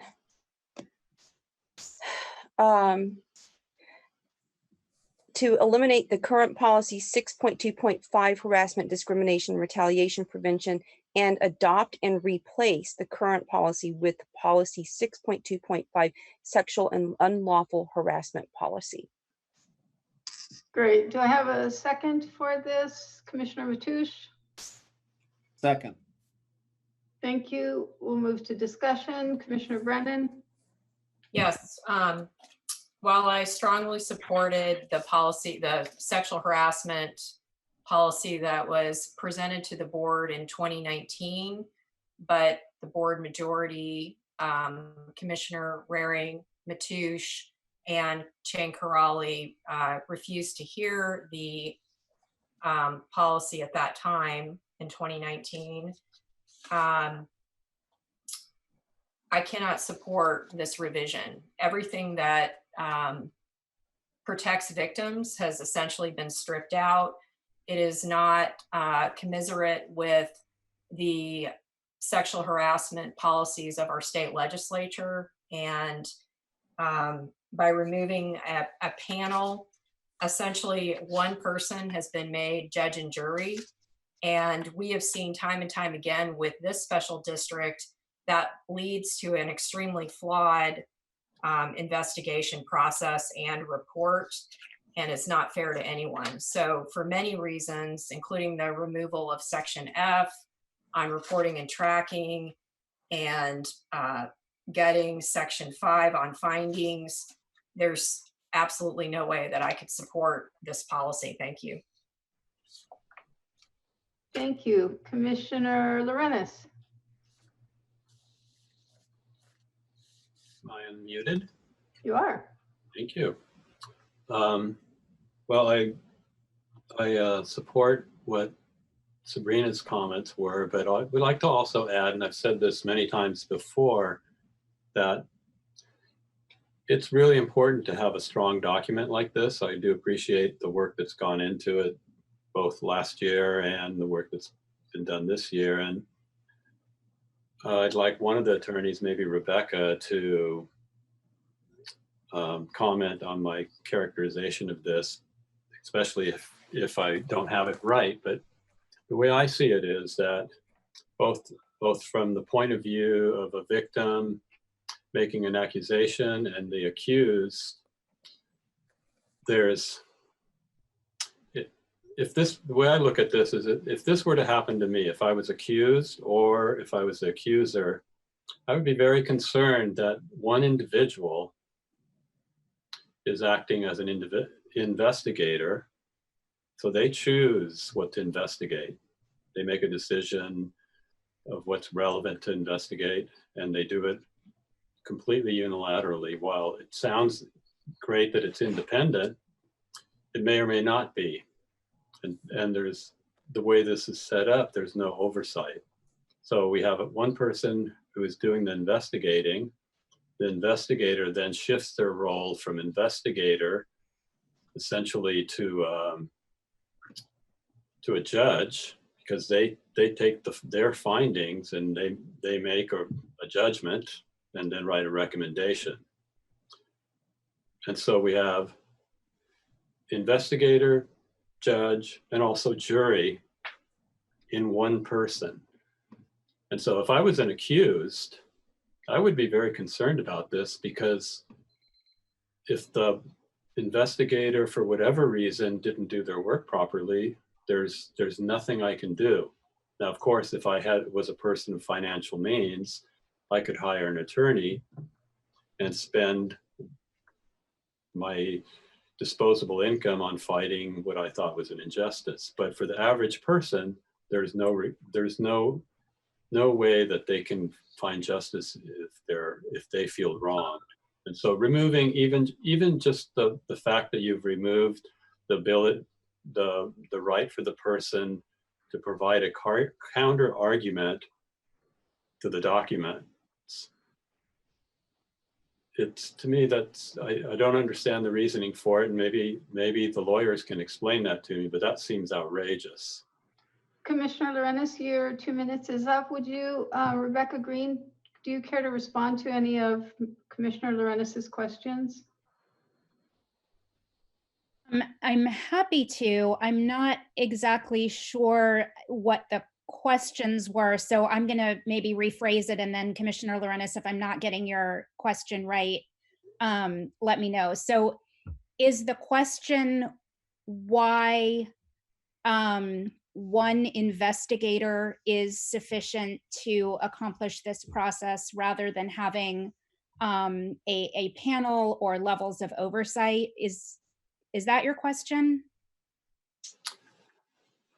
It's close. Oh, I'm muted. No, you're not. I'm not? Okay, sorry. I guess I would turn that question around. To me, it seems on its face not fair to either the accused or the accuser to have one individual do all of this, and then without providing any means of rebuttal. So why is a 3-member panel, which, by the way, that's where the state legislature is moving on this kind of issue? Why is that not a more democratic and a more egalitarian way to deal with something like this?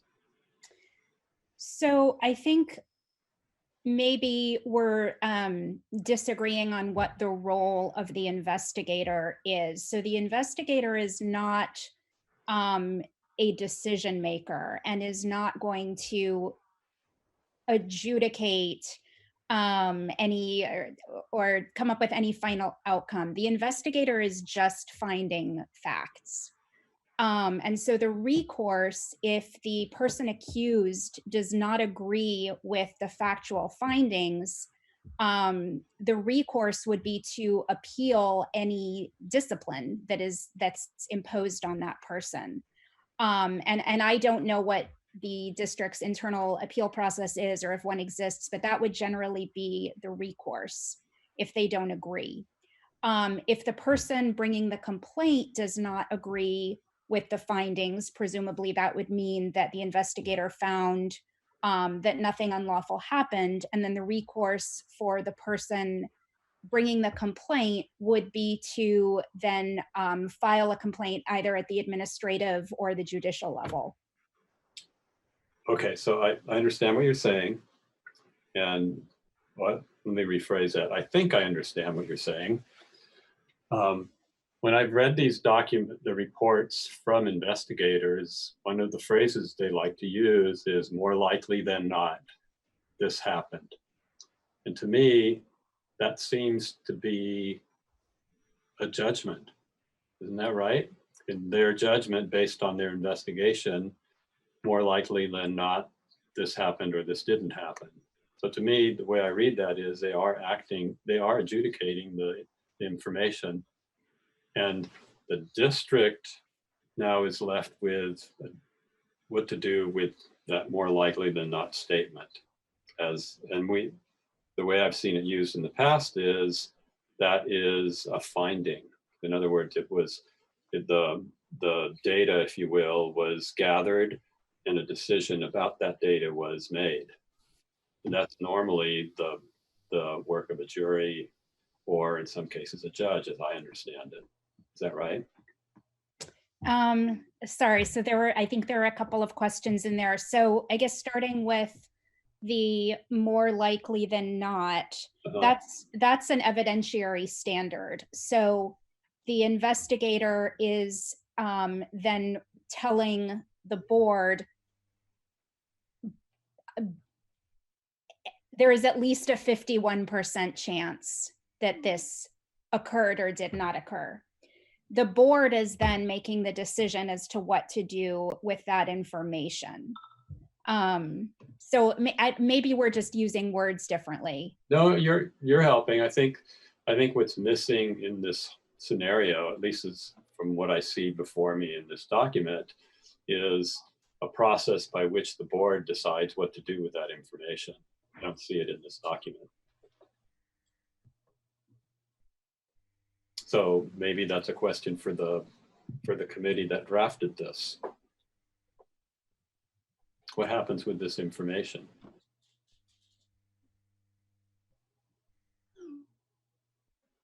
Rebecca? Oh, sorry. Did you want me to answer that? I think you're the person that can answer that most concisely. Sure. Well, the board would make a decision as to whether they were going to accept the factual findings of the investigator. And then, whether, so it says, and I'm looking at section D, paragraph 3, under findings, if it is determined that a violation of policy occurred, appropriate remedial measures will be taken up to including termination or a request for resignation. So it's up to the board to take action based on the findings of the investigation. The investigator doesn't decide the kind of what happens next. The investigator just presents facts to the board. Well, I understand that they do present facts, and maybe we are doing a little bit of semantic work, but for a document like this, to me, it's really important to make it very clear. And my objection to the single investigator is that when they make that statement that you're calling evidentiary statement, but more likely than not, that's that's a value judgment based on their data, on the data that they acquired. They are taking all the evidence that they acquired and making a statement of their belief of what that means. And that's why I have a problem with it with respect to one person making that decision. And furthermore, the other problem I have with it is that, and I've seen this in these investigations that happened, is that they, because they're the investigators, they decide where to look, who to ask questions to, and there's no process by which that can change. They make those decisions unilaterally. Well, I think that's why, oh, I'm sorry. Go ahead, you can respond. I was just going to note that Commissioner Lorenz' 2 minutes is up, but go ahead and you can respond, Rebecca Green. Okay, I mean, I think if your point, Commissioner Lorenz, is that sometimes investigations are imperfect, I agree with you. I think anybody would agree that any fact-finding process can be flawed. And that's why it's important to select an investigator who has the experience, the credentials, the integrity,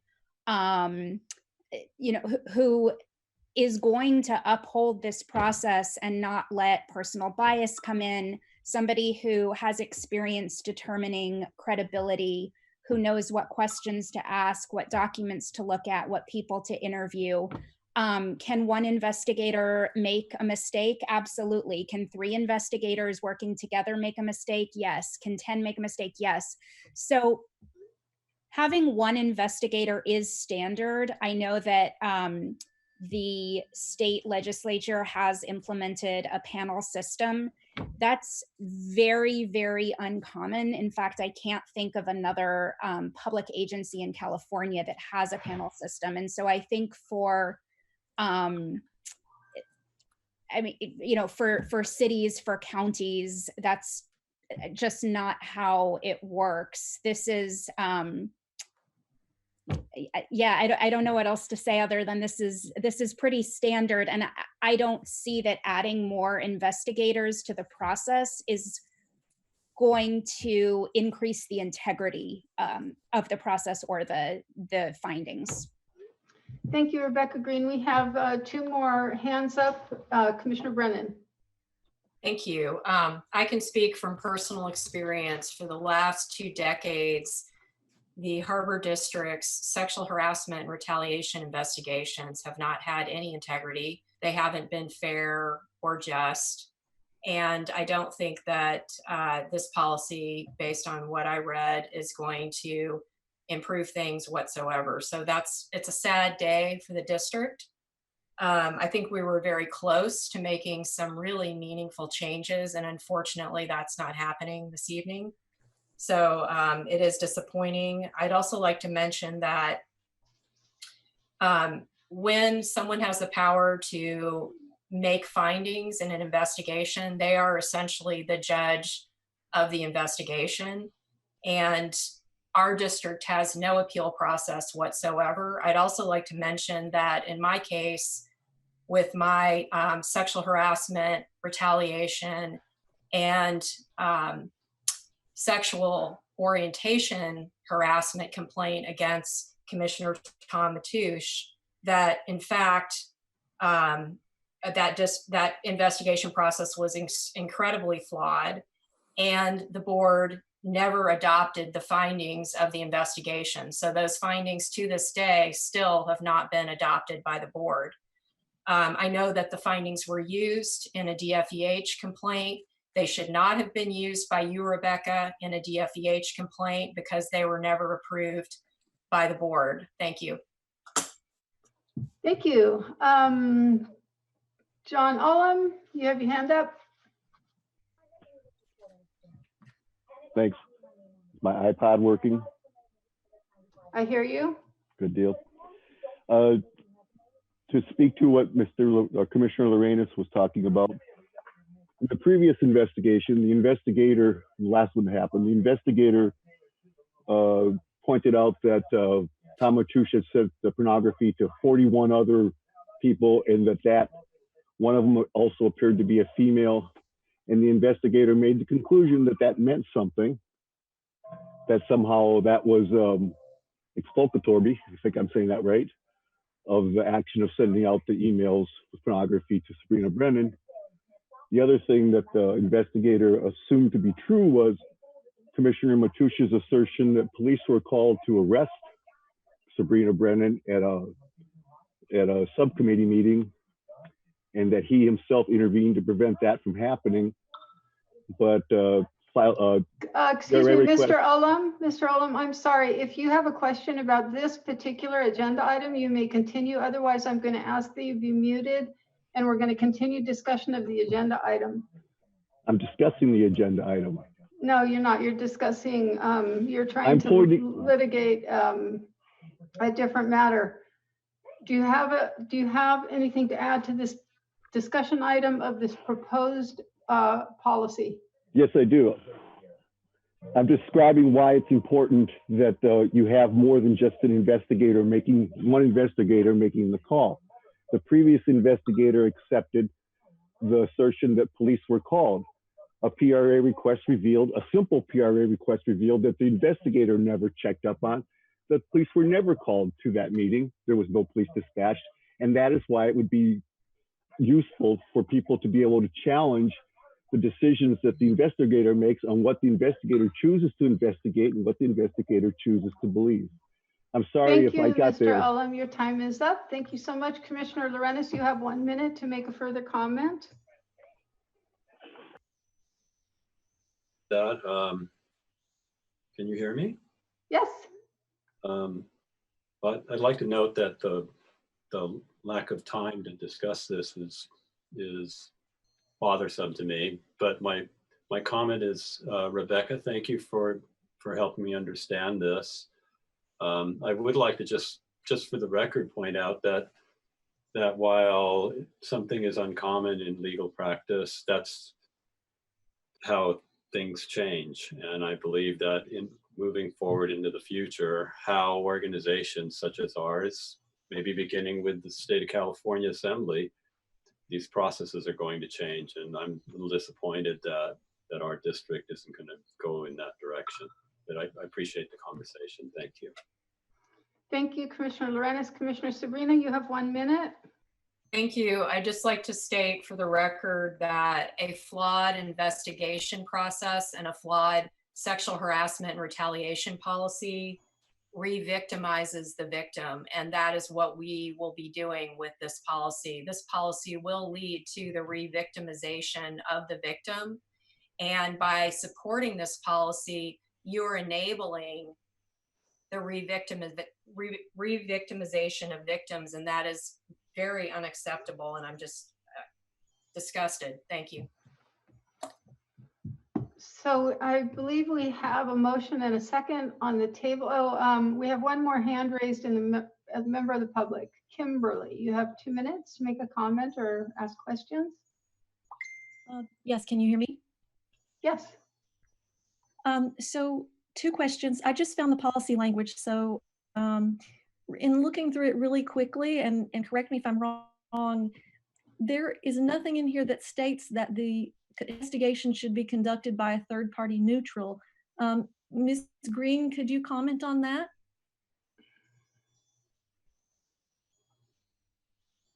Am I unmuted? Yes. Okay, I'm just looking at the investigation. Could the person who asked that question just tell me what section you're looking at? Is this the part under section D, paragraph 2? So first I looked at the definition and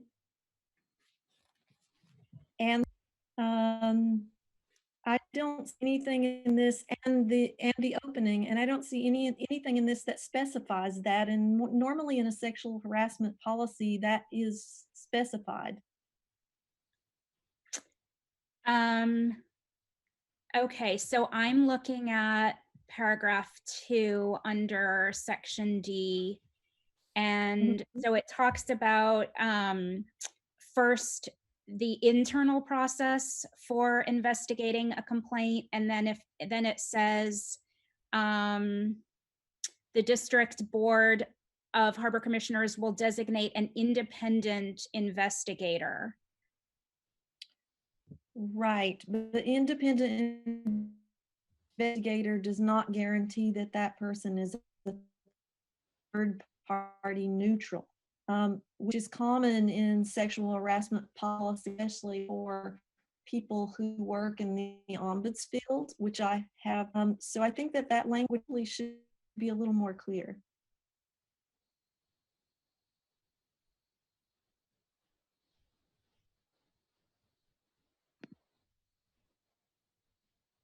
Is that possible? We seem to be getting a lot of echoing here online. Rebecca, do you care to respond to that?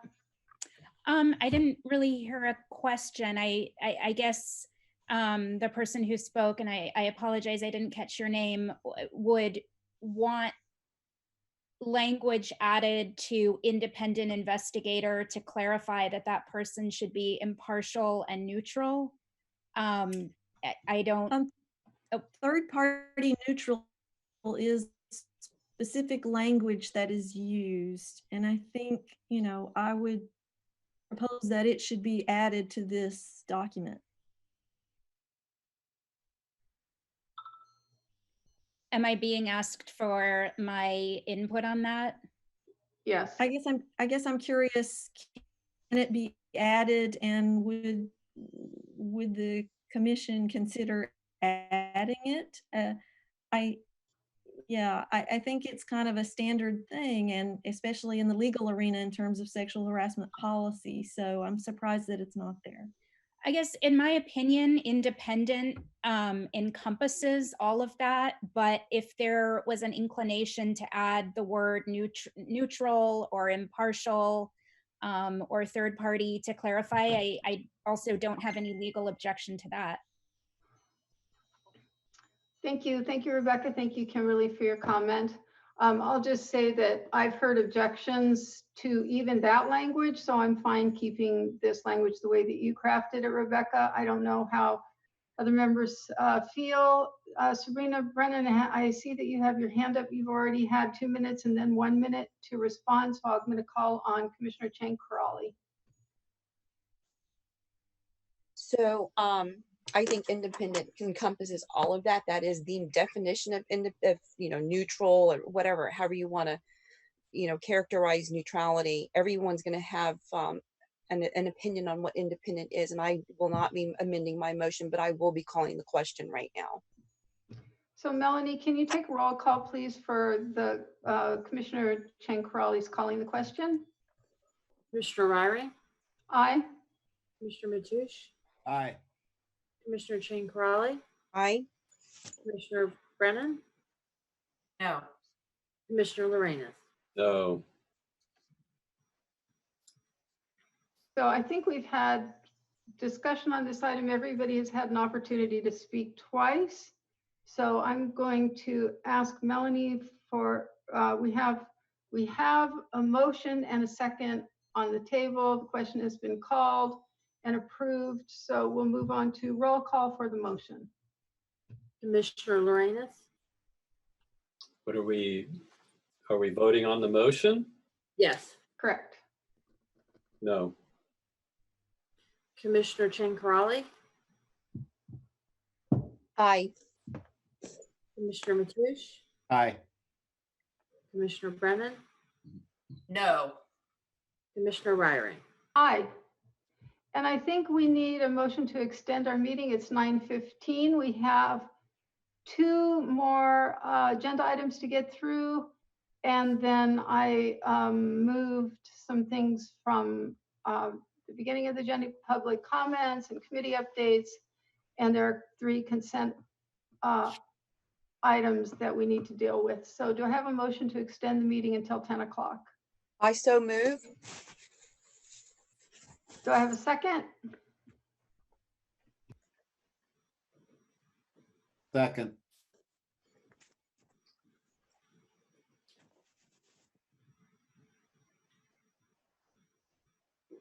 Oh, Nancy, you're muted. I'm gonna do roll Oh, call. I'm sorry. I didn't know how I got muted. Yes, please do roll call. Sorry, I bumped it. Commissioner Brennan? Aye. Commissioner Chang Crawley? Aye. Commissioner Lorenz? Aye. Commissioner Rarick? Aye. Commissioner Mateusz? Aye. Okay, so we will move on to the next agenda item, which is number 16, emergency replacement of the Pillar Point Harbor Electronic Access Control Program System. Mr. John Warren.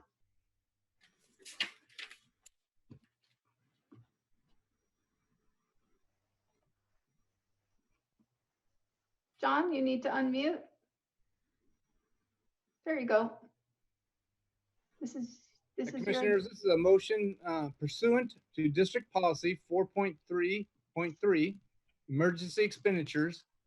Concur with General Manager's decision to, 1, enter into an agreement with vendor Get It Tech for an amount not to exceed $26,875.13 to provide and install a new electronic access control system at Pillar Point Harbor, and 2, to execute a work order for an amount not to exceed $5,290 with District's IT consultant, Think Connected, to prepare server and security for installation of the new electronic access control system. And 3, authorize a 10% contingency of total project amount, $32,165.13, in the event that there is need for change orders due to unforeseen challenges, and authorize the general manager to issue change orders up to the contingency amount and approve increase in capital expenditure appropriations of $35,381.64 to be funded by available working capital. Thank you, John. Oh, I think we've all had an opportunity to look at the policy implications and the background on this. I'd like to make a motion to approve this emergency replacement of the Pillar Point Harbor Electronic Access Control System per District Policy 4.3.3. I'll second that motion. Discussion. No, let's see. Commissioner Chang Crawley? I was gonna second, but. Okay, great. So if there's no other hands up, Melanie, can you do roll call for this item, please? Commissioner Mateusz? Aye. Commissioner Rarick? Aye. Commissioner Lorenz? Aye. Commissioner Chang Crawley? Aye. Commissioner Brennan? Aye. Great, thank you. And Commissioner Chang Crawley, your hand is still up, just so that you know. We're moving to item number 17, new reporting for bills and claims. Julie. Yes, this item, in recent months, district staff has encountered several issues reporting bills and claims, primarily with determining what disbursements should and should not be included in the pre-approval amount of usually $500,000. Staff has observed that we are requesting approval for payroll and capital project costs multiple times, and this leads to confusions and inefficiencies. Payroll costs are approved during the annual budget process and then with the adoption of memorandum of understandings and employee contracts. Staff believes that the reporting of payroll-related costs and checks to pay employee withholdings should not be reported against the $500,000 or at times when a 3 accounts payable runs will be done during a month, $750,000 for the pre-approved amount. In addition, capital project costs are approved when a contract is submitted to the board and funds are set aside to pay for the contract. For this reason, staff feels that capital project costs should not be recorded against the normally $500,000. Reporting payroll-related costs and capital project costs oftentimes force the staff to either delay payment to a construction vendor or delay payment to other operating vendors until the board approves bills and claims again. Staff is proposing a new format to our bills and claims report to reduce redundancy and clarify what should and should not be included in the monthly pre-approval requests. Attached to the staff report is the new format versus the old format. And basically what it does is it gives you all the same information. It just gives 3 different sections: amounts to be included in the pre-approval, $500,000 amount, and any indication that we might go over that, capital projects, and accounts payable. And we'll provide complete transparency of all those disbursements. We ask for the board for approval of making this recommended change. Thank you, Julie. This looks like it took quite a bit of work. Thank you for your work on this. Commissioner Chang, Crawley?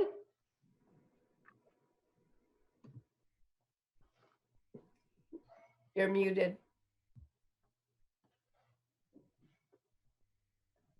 Sorry. Okay, I will move to approve the revised bills and claims reporting format change. And again, thank you, Julie, for working on this. I think it's going to be way more efficient than the system we've got right now and still keep transparency. Yeah, I agree. I'll second that. Okay, great. So we have a motion and a second. I don't see any hands up. Melanie, can you take roll call, please? Commissioner Lorenz, Aye. Commissioner Brennan, Aye. Commissioner Chang Crawley, Aye. Commissioner Mateusz, Aye. Commissioner Waring. Aye. So thank you. That motion passes, and that concludes our discussion. Calendar, we're going to move to consent items that were pulled from the calendar. Item 1, 3, and 7. I think it was Commissioner Chang Crawley first pulled item number 7. Is that right? Number, hold on. Or number 3. Number 3. Okay. And basically, I pulled it because I think that the minutes should reflect all of the procedural things that happened in that meeting, and I don't think that it did, and the public is entitled to know what happened just from a procedural standpoint. So I understand that. I mean, we can probably just revise it and approve it at the next meeting. So that could go on the agenda for the next meeting. Okay. Great. Do we need to vote on that, or do we just move to the next items that were pulled? Can someone advise me? I can't recall if we need to vote on that. If nobody's making a motion on it, you don't need to vote on it. Okay, great. So then I think that thank you, Commissioner Chang Crawley. I believe that Commissioner Brennan pulled the other 2 items. Commissioner Brennan? Yeah. Let's see what they were.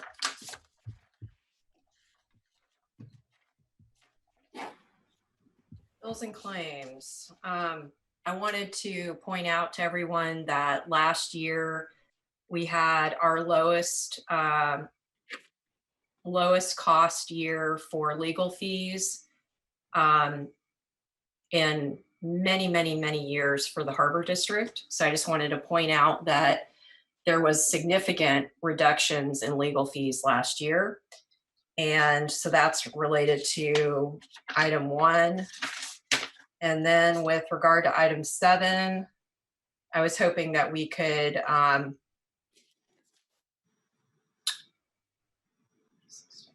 if we could get an update from staff on 7. Jim? Jim, you're muted. I'm I was pushing the right button. Yes, Commissioner Brennan, a few months, I think it was a January meeting that authorized me to negotiate or contact the landlord to seek extensions of our current lease and our current office spaces for the district staff.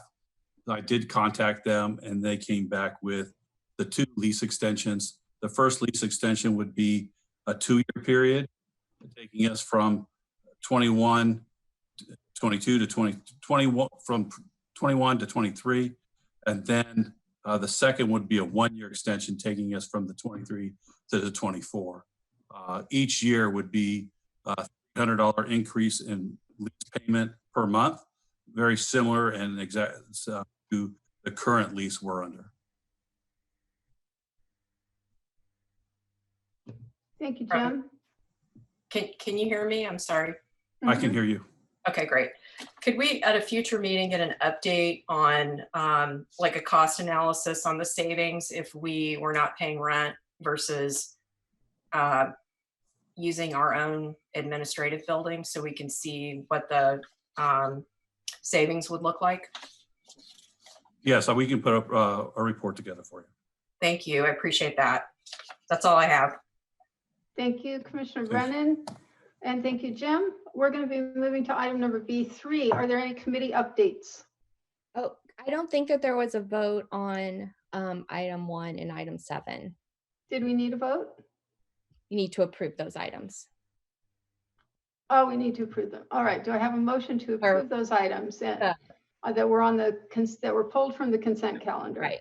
Yes. I move to approve items 1 and 7 on the consent calendar. Commissioner Brennan? I'll second. Melanie, roll call. Commissioner Chang Crawley, Aye. Commissioner Lorenz, Aye. Commissioner Ryer, Aye. Commissioner Mateusz, Aye. Commissioner Brennan. Aye. So that motion carries. We've approved items 1, 3, and 7. Or I'm sorry, items 1 and 7, is it, from the consent calendar? And item 3 will be brought back. Is that correct? Yes. Thank you. We're going to move to item B3. Are there any committee updates?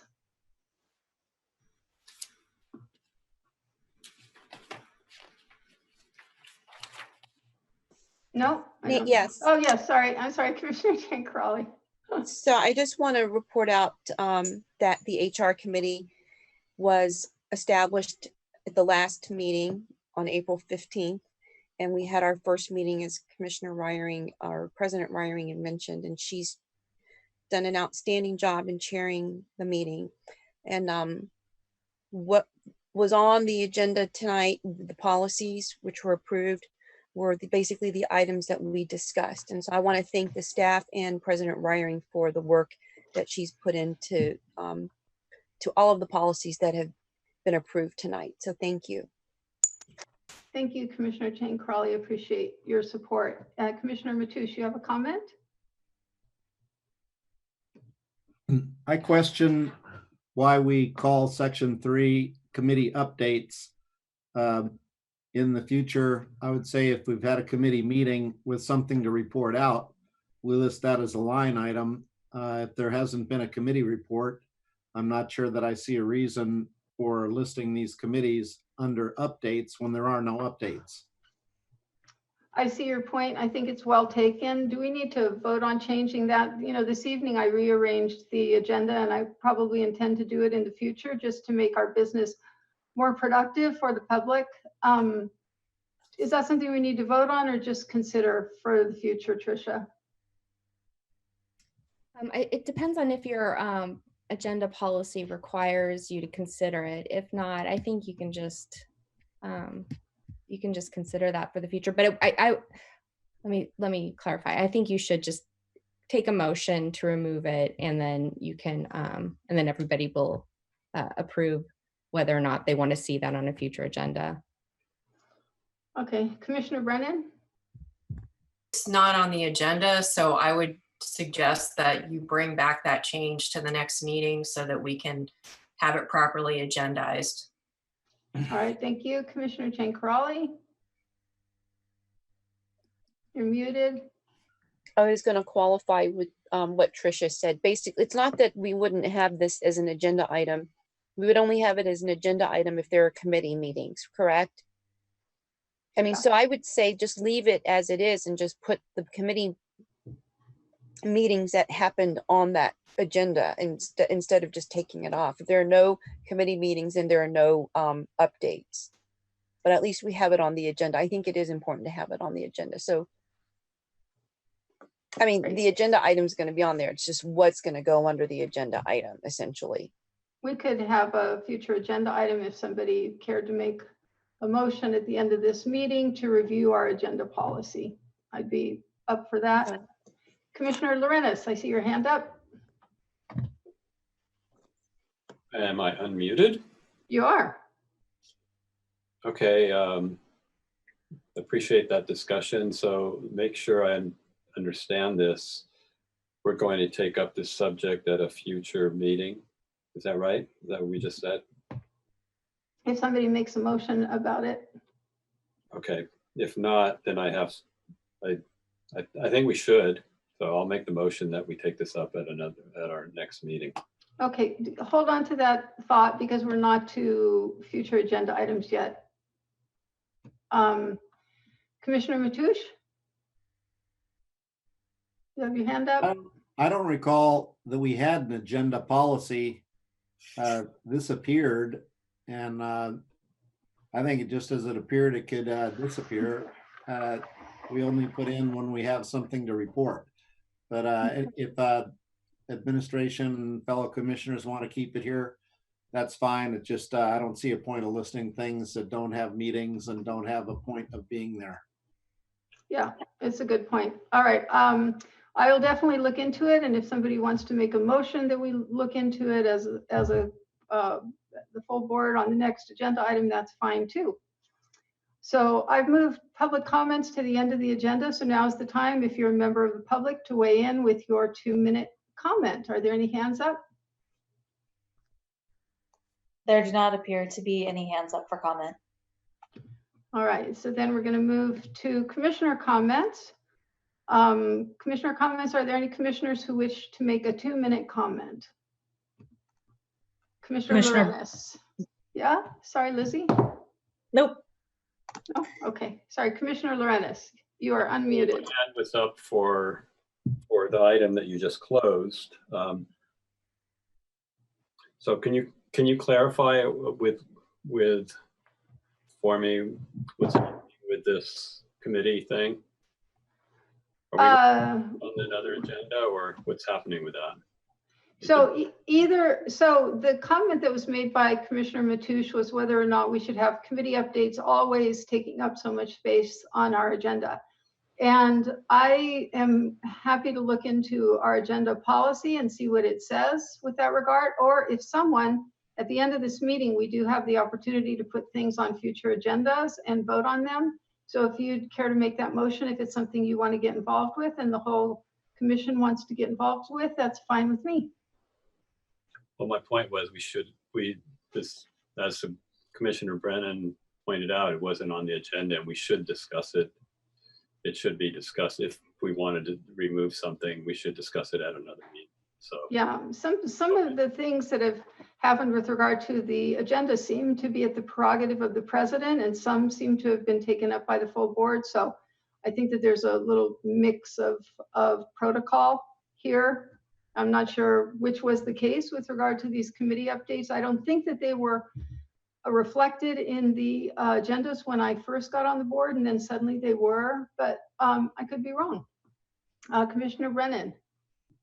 I also had a comment about that. I just wanted to point out that the public has a right to know about committee meetings, and this is their only opportunity to find out for most people. So I think I agree with what Commissioner Chang Crawley said. I think it is valuable to have it on the agenda. People want to know what committees we have and hear reports when there are reports. Thank you. Thank you. So are there any other commissioner comments? Commissioner Lorenz. So this is my commissioner comment. Okay. I had something else in mind, but since the comments were moved to the end, my first comment is a question, actually. Is this going to be standard protocol for our meetings? Or have you decided to move comments to the end of the meetings? It'd be helpful to know this as I prepare for a regular meeting. I don't know. I think it depends on how heavy the agenda looks and how effectively I feel that we can get through the meetings. So I haven't made a decision. Okay, thank you. Well, I'd highly recommend having not only commissioner comments, but public comments at the very beginning of the meeting. That makes it much more democratic and fair for the public. It also allows the commissioners to make a statement. Because of my experience would be that we're at risk of losing the ability to have this comment moment. So that's one. So in terms of comments, I would like to thank staff and in particular our general manager. He's taken some important steps, I believe, in the realm of wildlife protection. One example of that is that notices went up reminding fishing vessels that high intensity lights need to be off once boats enter the harbor, and they need to be off while the vessels are at the docks. And I know that staff has been trying to enforce that. The reason this is important, number one, it's actually against the rules of the road, marine rules of the road, but also it's a hazard. It does represent a hazard to other boats that are coming in because you can't see what's happening with these bright lights. But more importantly to me is these lights flush pelicans off the rocks at night. And it's very difficult for these large birds to land back on their roosting areas, which is the rocks, after being blinded by these lights. They're big birds and they're kind of clumsy. And what happens is they crash land. And almost every year every year at this time, we lose a bird almost every day. And it's usually due to a broken leg or wing or a breastbone. And so it makes a huge difference to have those lights off when these boats come in. So I very much appreciate the efforts. It's not completely fixed yet, but I think this effort is going a long way towards solving that problem. Thank you, Commissioner Lorenz. That's your 2 minutes. Commissioner Brennan, did you have a comment as well? And I wanted to mention that I have been put under intense pressure by Supervisor Don Horsley, Kevin Mullen, and Congresswoman Jackie Spears' daughter, Stephanie Sierra, to be silent about the sexual harassment and retaliation that I've experienced while serving on this board. And yesterday I commented on a little bit of it at the San Mateo County Board of Supervisors meeting. Excuse me? Is it my turn now? You're still speaking. I have Okay, the there was timer on for you. an interruption. I don't know if you heard that. So I'd like to get my time back.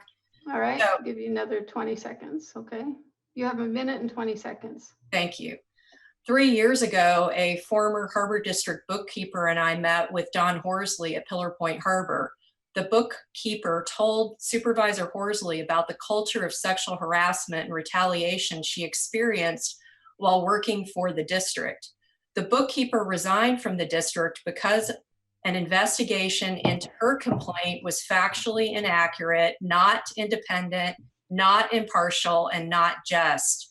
During the meeting, I reported that I too had experienced sexual harassment, sexual orientation discrimination, and retaliation. I provided a detailed account and I shared the pornographic photos that Harbor Commissioner, excuse me?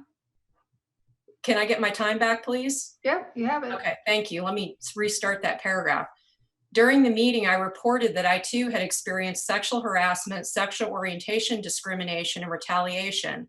I provided a detailed account and I shared the pornographic photos Harbor Commissioner Tom Mateusz emailed me. The photos are extremely demeaning to women. Tom Mateusz said he sent the photos because, I quote, Sabrina is a lesbian. Sadly, homophobia was a motivating factor contributing to his perverse behavior. I asked Supervisor Horsley for his assistance. He declined to help. I then explained some some board procedures that the Board of Supervisors could enact to help prevent sexual harassment and retaliation in the future. I asked them to enforce a zero tolerance policy and so forth. If you want to hear the whole comment, just watch the meeting. Thank you. Thank you. Commissioner Chang Crawley. Yes, I just want to thank the staff again and the general manager for all the hard work that they are doing. I think that there was a newspaper article, I know there was a press release that one of our Harbor Patrol or Deputy Harbor Masters was tested positive for COVID-19. So I just want to remind everyone that a lot of the people on the front line doing a lot of the hard work are really are there for the public. And I'm glad, Jim, that you have, kind of let us know and to let the public know for their safety as well. I think to put things into perspective, this global pandemic is something that we all need to be cognizant of. And I think that our staff has done a great job, as I think, the county, the other county elected officials, you're trying to make sure that we're all safe. But I just wanted to put it out there that the tireless work that our Harbor Patrol's personnel do is very much appreciated. And Jim, if you could just give the Deputy Harbor Master our best wishes and for a full recovery, I would appreciate that. Thank you. That's a very nice thought, Commissioner Chang Crawley. Thank you. All right, I have a comment I'd like to make. Board of Commissioners, earlier in the evening, I called out Commissioner Brennan's complete disruption of the board's business, and I'd like to make a motion tonight to consider her censure at our next meeting. This proposed censure is based on Commissioner Brennan's conduct at the April 15th, 2020 meeting, beginning at time code 3 hours, 15 minutes, and 50 seconds, at which time she strayed from the discussion of the agenda item at hand to shout at commissioners. Further, for the remainder of the meeting, she refused to yield the floor to any fellow commissioners, and she refused to come to order. Do I have a second on this motion? Commissioner Chang Crawley? I'll second that. This is for a future agenda item, correct? Correct, it is. I'm not taking discussion on this motion at this time. Melanie, can you? Yeah? Agenda. I can't hear you. Sorry, this is put on the agenda. We're not voting on the issue. That's correct. This is for a future agenda item. Melanie, can you take roll call, please? Commissioner Mateusz? Aye. Commissioner Ryring? Aye. Commissioner Lorenz? Commissioner Chang Crawley? Aye. Commissioner Brennan? No. Commissioner Lorenz, are you there? I'm here. So just to clarify, we're voting to put this on an agenda? That's correct. This is a future agenda item. No. Okay, so the motion carries. This will be the motion to consider Commissioner Brennan's censure will take place at our next meeting. Does anyone else have a future agenda item they want to have considered?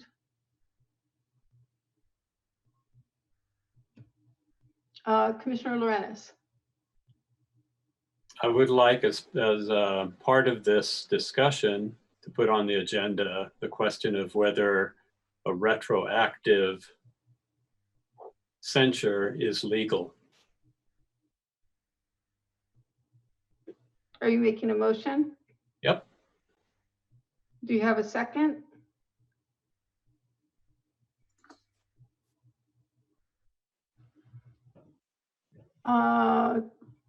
Commissioner Chang Crawley? Well, the motion, I am not seconding, so there's no second, it sounds like, so the motion fails. I see Commissioner Brennan has her hand up. Oh, okay, sorry. I would like to make a motion that we have a future agenda item. Are you saying, well, right now we're discussing Ed's motion, or if you don't want to second it, his motion fails? I did second his motion already, and I also want to make a motion. So if you want to come back to me, I would like to make a motion for a future agenda item. So we have a motion and a second for Commissioner Lorenzo's future agenda item. Melanie, can you take roll call for that agenda item?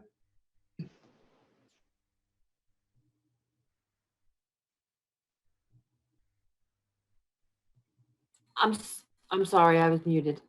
Commissioner Ryring, No. Commissioner Lorenz, Yes.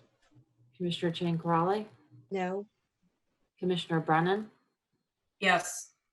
Commissioner Mateusz. No. The motion fails. Commissioner Chang Crawley, you have your hand up again? Oh, no, I didn't. Sorry. You don't? Commissioner Brennan, you have your hand up. Yes, I would like to make a motion to have a future agenda item to consider the censure of Commissioner Tom Mateusz.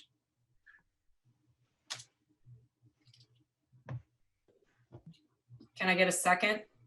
Working on it. Sure. Commissioner Lorenz. Sure. I'll second. Melanie, roll call, please. Commissioner Brennan, Yes. Commissioner Chang Crawley, No. Commissioner Lorenz, Yes. Commissioner Ryring, No. Commissioner Mateusz. No. I'd like to make a motion to adjourn. Seconded.